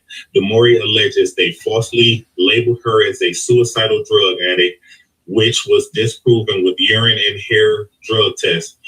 While in custody at a mental facility, the motive, Demora believes this is all to sabotage her husband, who they accused of misdemeanor domestic violence, which was disproven as well. She claims her mother has always disliked him and filed false police reports of abuse to railroad him. Demora also says her mother orchestrated fake meetings with Nike directors, hired neighbors to stalk her, and even submitted misleading photos of her swollen face, claims her husband knocked her teeth out. Yeah, you are seeing what Desiree Perez has been doing to her daughter. This is her daughter. This is Desiree Perez, and this is her daughter and her boyfriend. This is what she was doing. This is what she's capable of. That's what you hear. And her daughter testifying and taking her mother to court for doing this to her. just to try to get him locked up.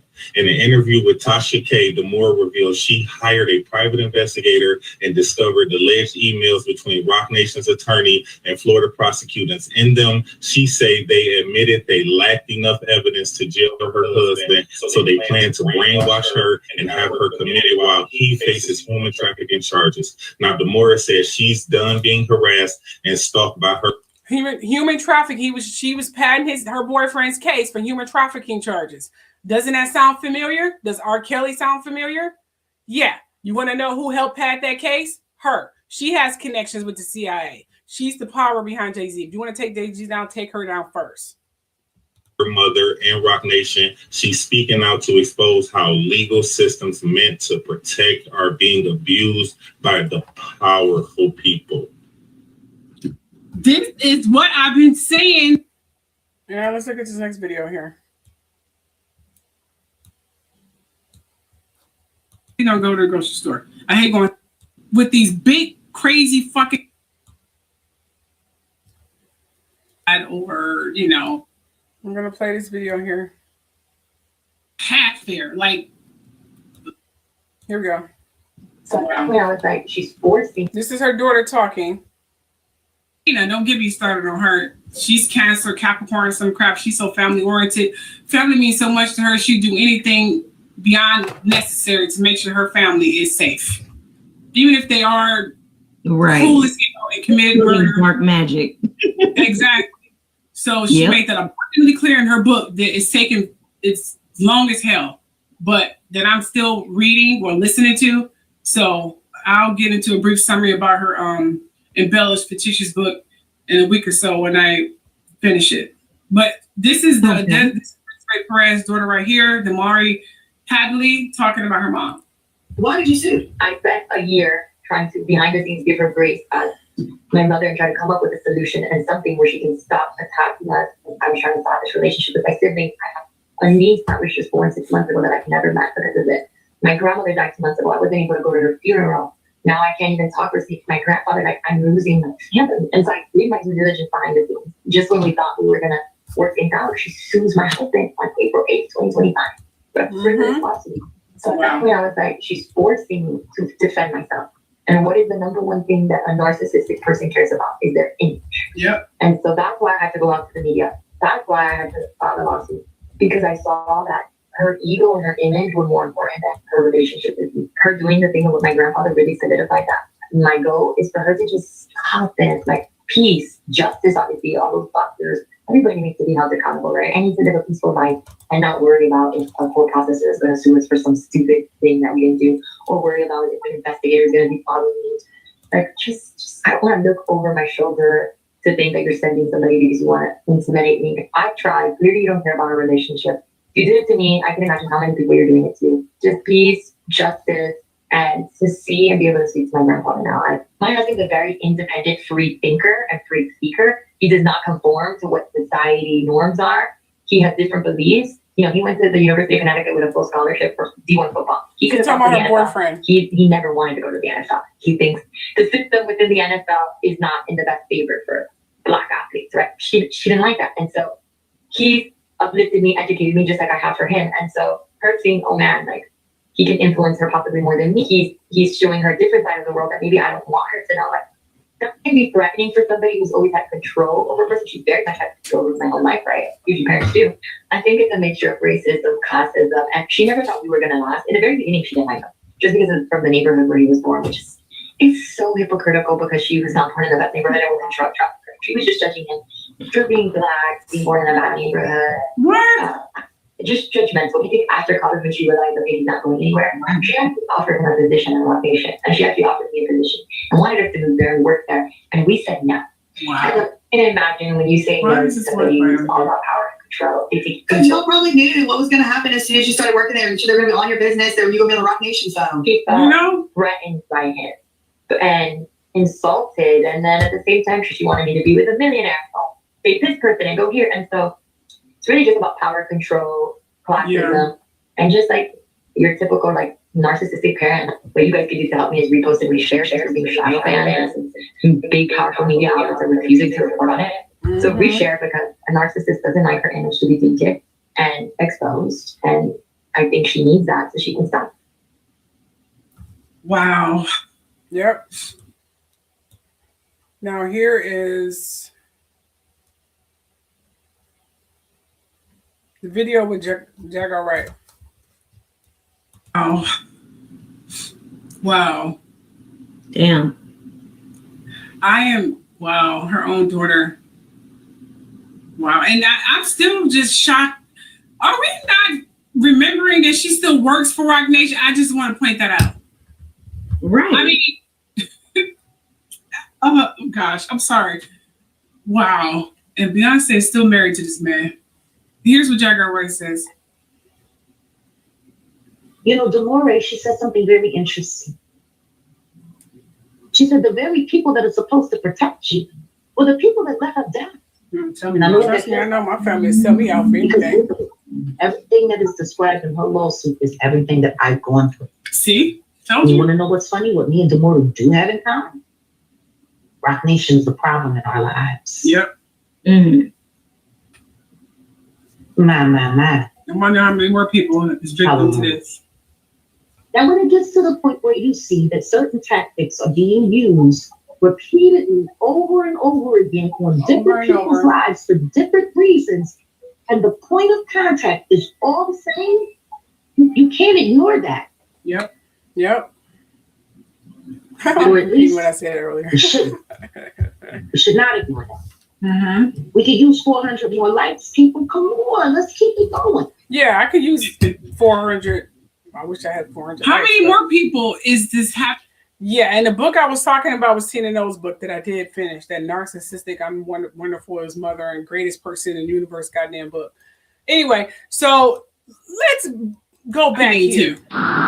Okay, let's go back to this lineup.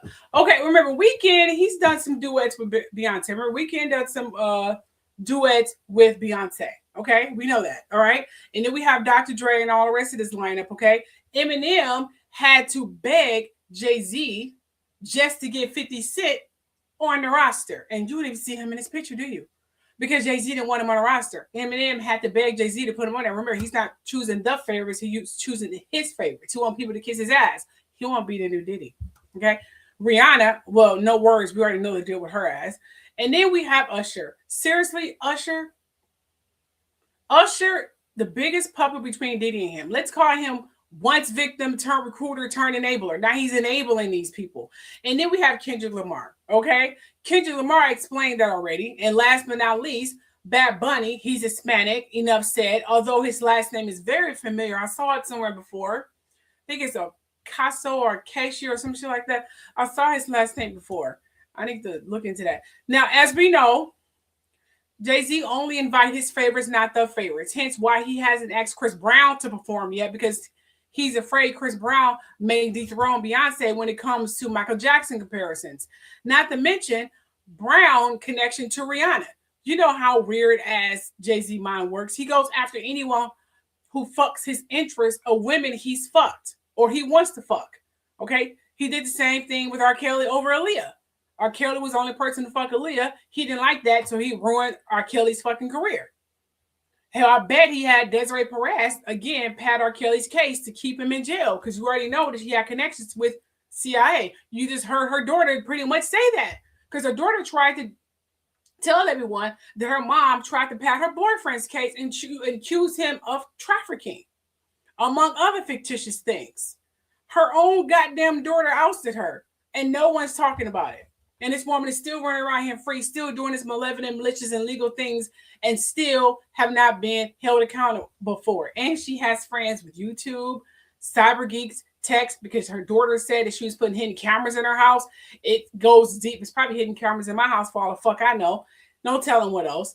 I just want to tell you how deep and crazy it's fucking people go to maintain the narrative of their reputation. Okay? Now, let's move on to brain food. Are you guys still with me? Let me know in the comment section. Okay, if you are, you can go back and listen to it. Okay, tonight we're ending one of the biggest spiritual misunderstandings in history. 3 names people throw around like they're interchangeable, okay? Because people need to understand what this means in the Bible, because I'm hearing them conflict and mash them all together. And they're three different identities, they're three different people, or whatever you want to call it, okay? So Lucifer, Satan, and the devil. But when you go back to the original languages, Hebrew, I can't even speak Hebrew, Greek, Latin, and you strip away the fear, the folklore, and the church politics, you discover something wild. None of these beings were originally the same. Please note that.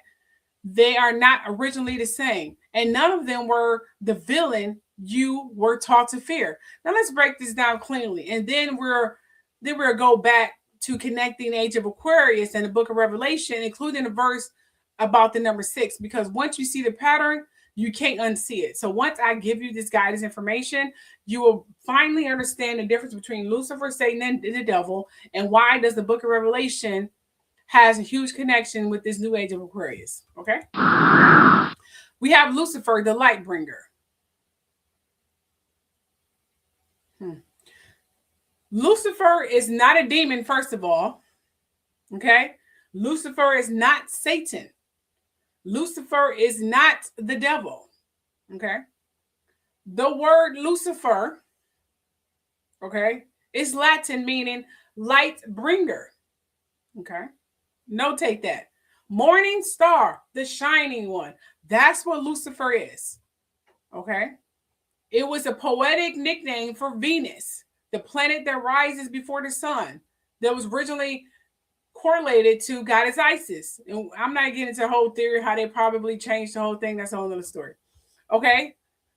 But if you want some biblical references, in Isaiah 14, Lucifer is used once, and it's talking about a Babylonian king who fell from power, not an angel, not a demon, but a king, which equivalent to the God who speaks highly of himself throughout the entire Bible. So equivalent to God. He was a king. He was God's brother. Okay? Not his little servant or whoever the fuck he think he is. No. Equivalent. Okay? Light, knowledge, awakening, ego. Okay? The one who questions everything. We're talking about God. Okay? He questioned God. That's who Lucifer is. He's the knowledge. He's awakening. He points out the ego. He's the one who questions authority. The one who allows you to question the authority and allow you to see the truth of who this man is that calls himself God. Okay? That's what is going on. And then we have Satan. Satan is not a name. It's a job title. In Hebrew, Satan means the accuser, the adversary, the tester. That's what Satan means.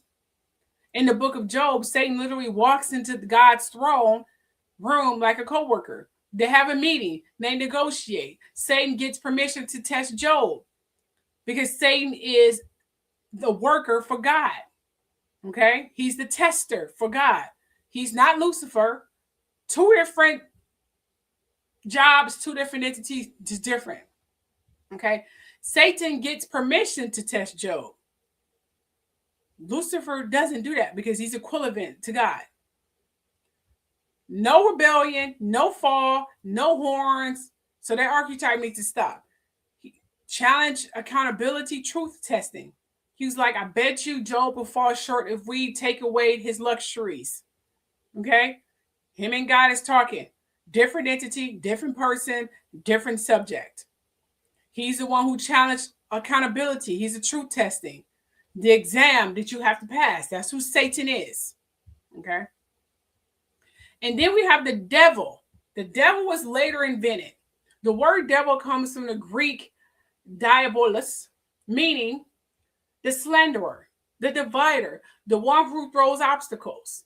Over centuries, the church fused Lucifer and Satan. So they fuse Lucifer, fallen star metaphor. It's a metaphor.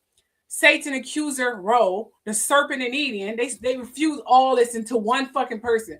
Say they pretty much combined Lucifer, the fallen star, Satan, accuser, the serpent and Eden, the pagan horn gods, the medieval folklore into one character, the devil. When there are three different entities, 3 different jobs, 3 different levels of power. They're not the same. Well, these 2 are anyway. They just combined these 2 to this. Okay? Into one character, the devil. Not theology, just pure freaking branding. A simple villain for a complex world. Take a look at these clips that I created. Did you all know that Yeshua, also known as Jesus, didn't want to build a church? You see, the word church originally meant a gathering, but the institution became a tool of power. After Rome adopted Christianity, it centralized control, suppressed older spiritual traditions, and grew into a political and economic system. The spiritual idea of community split from the institutional system built for authority, not liberation. Yeshua wanted to build an ecclesia, which is rebellion against the church and darkness. He wanted to enhance people spiritually. This is why they had him killed. Satan was the first to plant a church, and most Christians are still attending it. Let's break something wide open. When Jesus said, "I will build my ecclesia," he didn't say church. That word came later, added during translation by religious and political leaders who had a very different agenda. You see, ecclesia was about people called out of the world system, walking in spiritual authority. But church?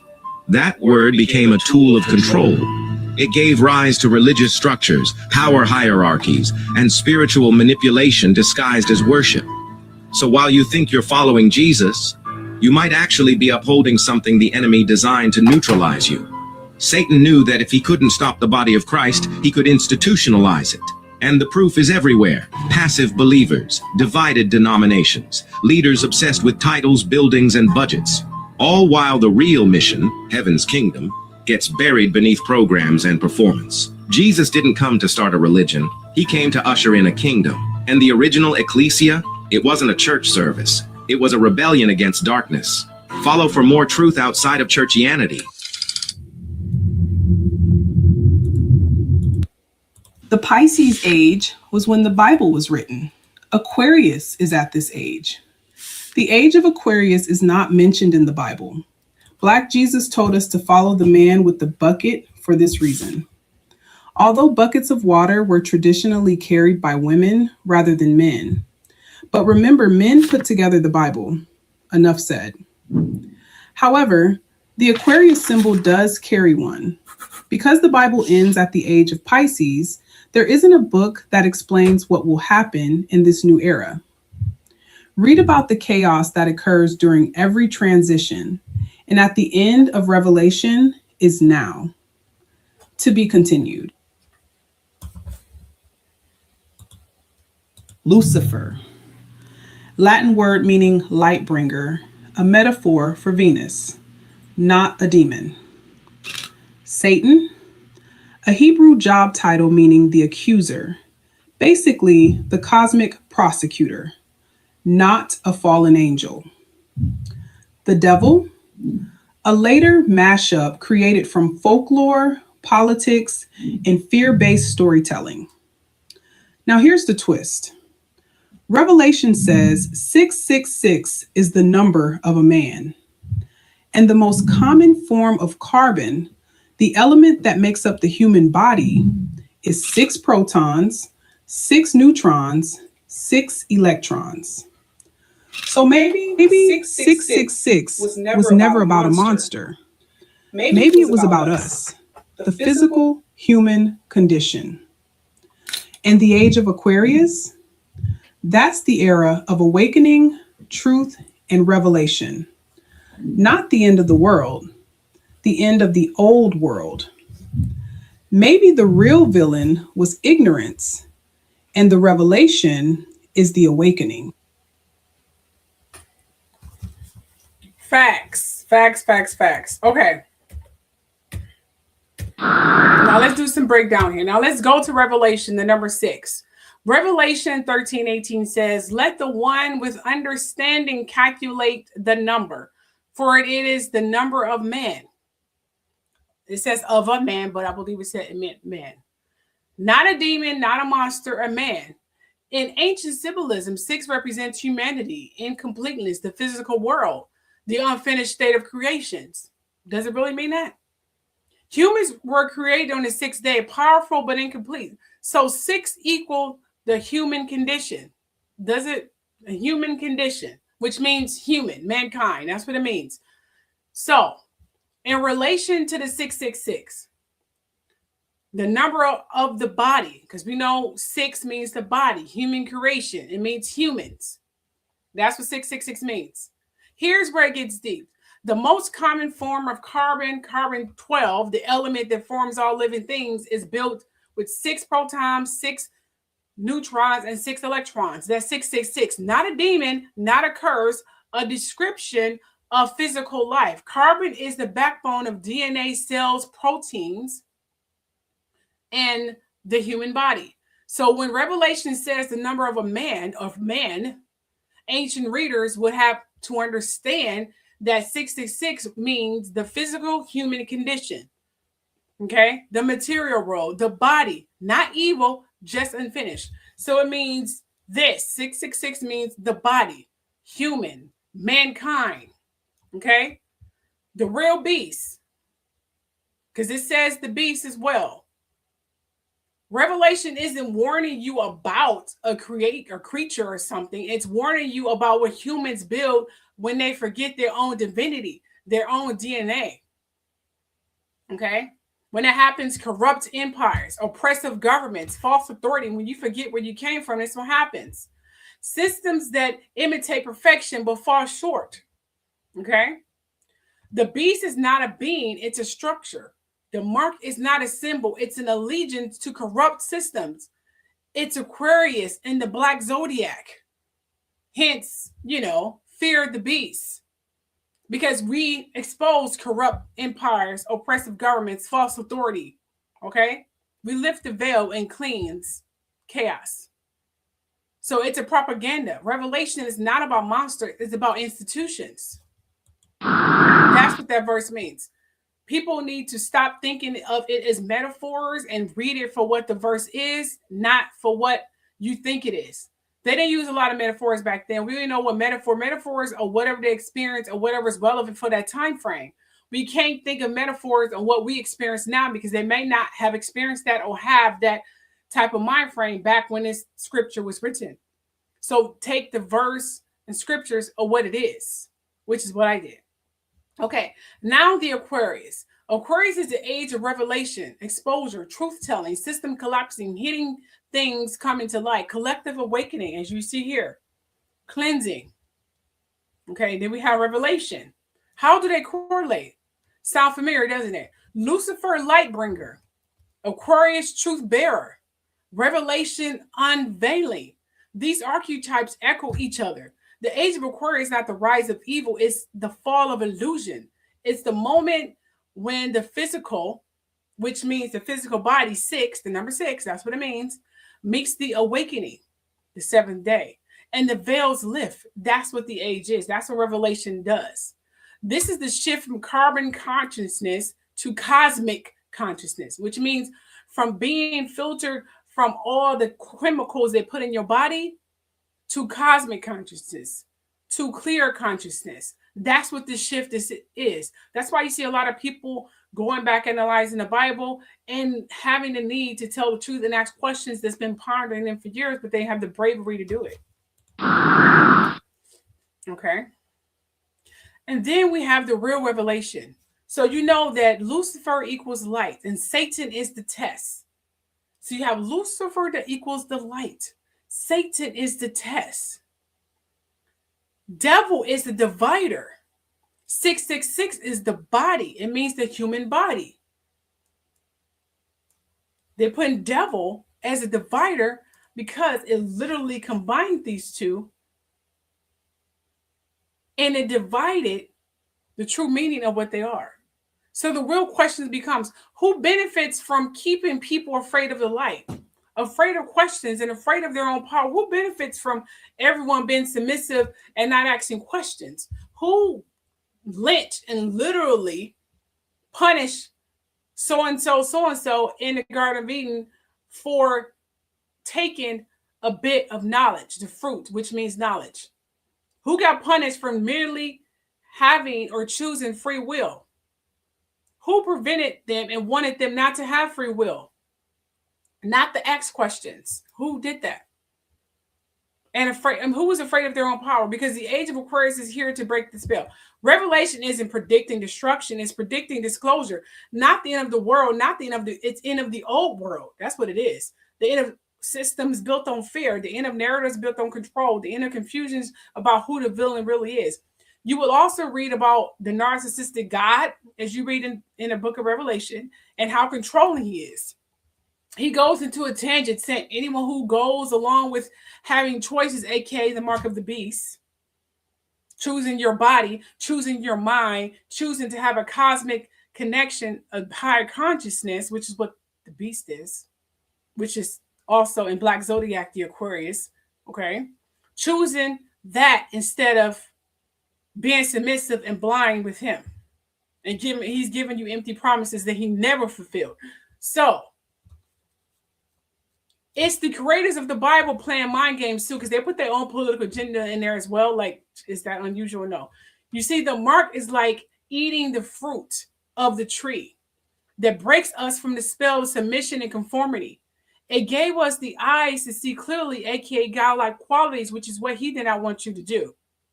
He didn't want you to have godlike qualities because then he'd be exposed. Okay, so the height of consciousness here.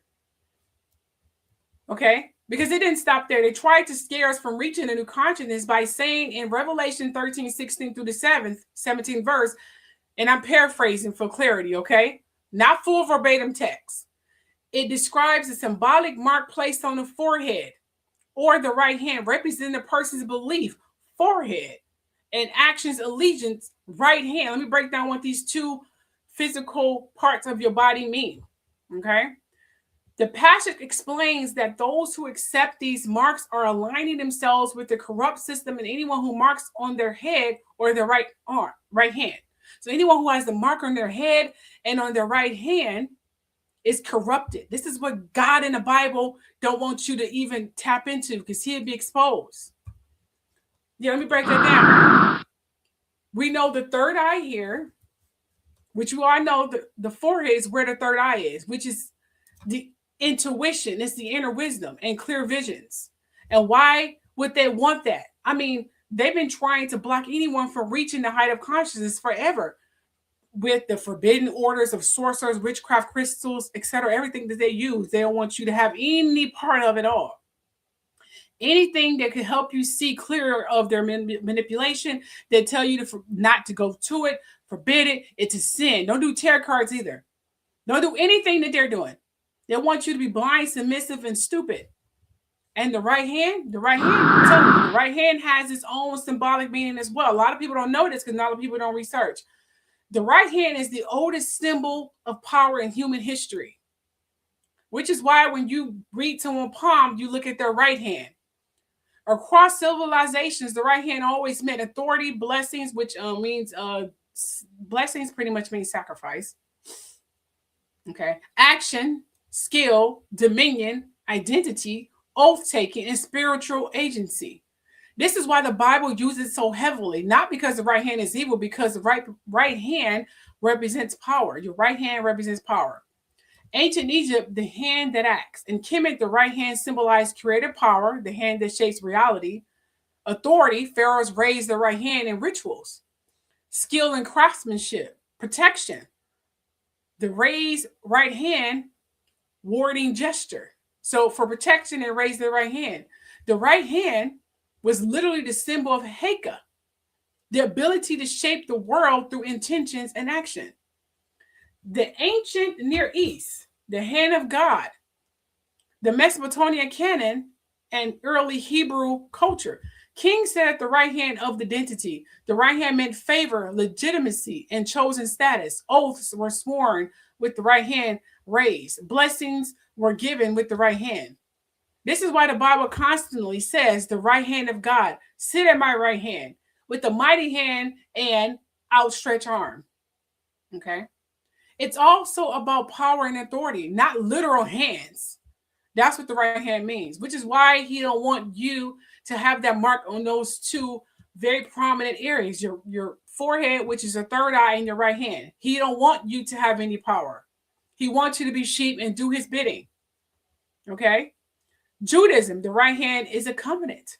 In Hebrew culture, this is Hebrew culture, the right hand means strength. The right hand means identity. The right hand is your oath, your word, your allegiance. This is why the mark on the right hand in Revelation is symbolic. It means your actions and your allegiance. Not a literal mark, not a literal hand, not a literal band of consciousness. It means your actions and your allegiance. And then we have, last but not least, Christianity, the right hand as divine dominion. But it also means in the New Testament, uses the right hand to symbolize this, ascension, divine approval, chosen status, power to act. Yeshua, aka Jesus, allegedly sat at the right hand of God. Did he? Meaning ultimate authority, not a physical seat. So when Revelation talks about the mark on the right hand, it's saying don't reach higher consciousness, because the forehead equal mind, beliefs, worldview, which means you get to see it in a clear perception. The right hand means your actions, choices, and power. He don't want you to have any choices. He don't want you to have any power. He don't want you to see anything clearly. He don't want you to see the lies. He don't want any of that. He said anyone who has that mark of the beast, which is the beast is your body, you get thrown in the lake of fire, which means he will kill you. At least that's what he says. It's symbolic. Why the Bible warns / scare everyone about the forehead and right hand if this went over your head? Because together they represent what you believe, the forehead, what you do, the right hand. That's what those two physical parts of your body mean. In ancient symbolism, that combination equals your entire identity of power. He wants to cut that off, which is why he said anyone marks with the beast, which is the body. The beast also is the black zodiac for Aquarius, for clear perception, which means higher consciousness and get in tune with your body spiritually. That's what this new age is, which is what he is forbidding and don't want you to have. Okay? And he tries scaring you and then give you empty promises that he never keeps. So, Revelation isn't warning against consciousness, it's warning against misusing consciousness as power. Why? Because the real truth, you are not reaching something forbidden. You're tapping into the same symbolic language as ancient cultures used to describe as awakening, agency. This is before the age of Aries. Spiritual sight, personal power, divine alignment. The Bible was clearly banning consciousness. It was literally blocking your alignment. I mean, let's be realistic here. They say it was evil. God said it was evil. God being God, Amen Ra, if you've been listening to my past live shows, he is a genocidal maniac. He was also always the evil one. And in the end of Revelation, he revealed himself. He went from pretending to be Jesus, because it's evidentiary. If you was a cop, you'll see that he was pretending to be Jesus in some parts of the Bible. He was pretending to be Jesus, Yeshua, okay, to revealing that he was God all along. So he was faking, pretending to be someone else, okay? And Yeshua was supposed to have been dead, but he was pretending to be a Yeshua. He went from the Son to say what my Father says, that I am God, I am the one, I'm the Omega, I'm the Omega. He was really feeling himself at the end there. He really revealed his true colors at the end, didn't he? Okay? He was like, that's what he did. Because we know Yeshua was only a man. He was a messenger. He was a leader who died for telling the truth, a man who accepted his fate. He knew he was going to die. Like every leader in history who told the truth, they knew their fate was coming. From Martin Luther King to Malcolm X, Edgar Everett, all of them, they knew their fate for telling the truth. He knew he was going to die. He didn't die for our sins. He accepted his death. But manipulating politics of the Bible want people to embrace death because they were causing so much of it. They won't feel bad about it, and they don't want you to feel bad about it either. Okay? So he wasn't dying for our sins. That was all manipulation. In Revelation, God is hoping he will win, using the same tactics of fear and violence. He thinks after doing all of this, everything would go back to all women being obedient sex slaves and slaves in general, or men punching bags, and everyone bowing down to him, ending their prayers in his name. Because God, our man, is Jesus and Zeus. I want you to take a look at these clips and then we're going to end it here. I want everyone to ask themselves this question before you go to sleep. Okay? I want you to ask yourself this question. Those who are still bowing to Jesus, Yeshua, because of Jesus in the Bible, there is the messenger in the Bible, the real message he was delivering, and then it's the manipulated message that was from God Almighty pretending to be Yeshua, who reveals himself pretending to be him in Revelation. Okay?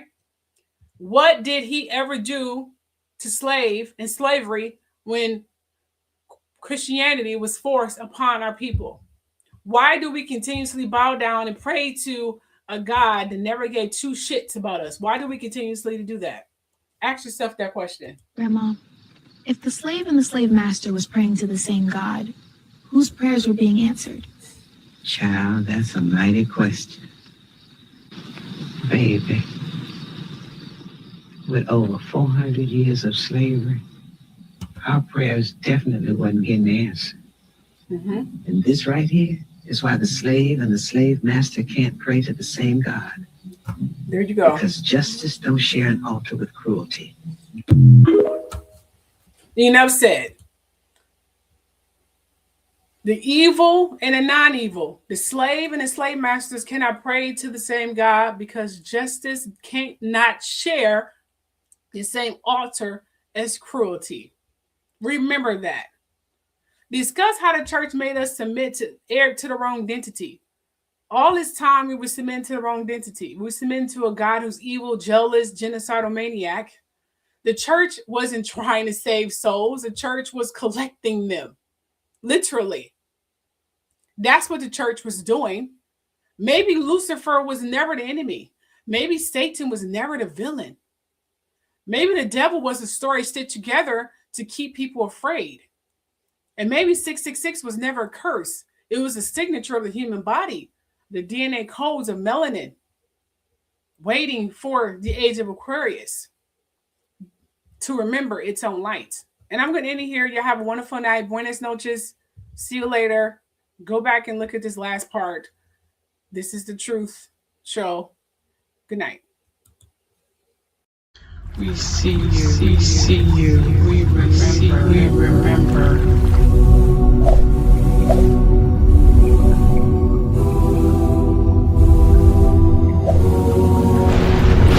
I am the storm, I am the storm, I am the silence, I am the silence, I am the truth unveiled, I am the truth unveiled. You are seen, you are known, you are known.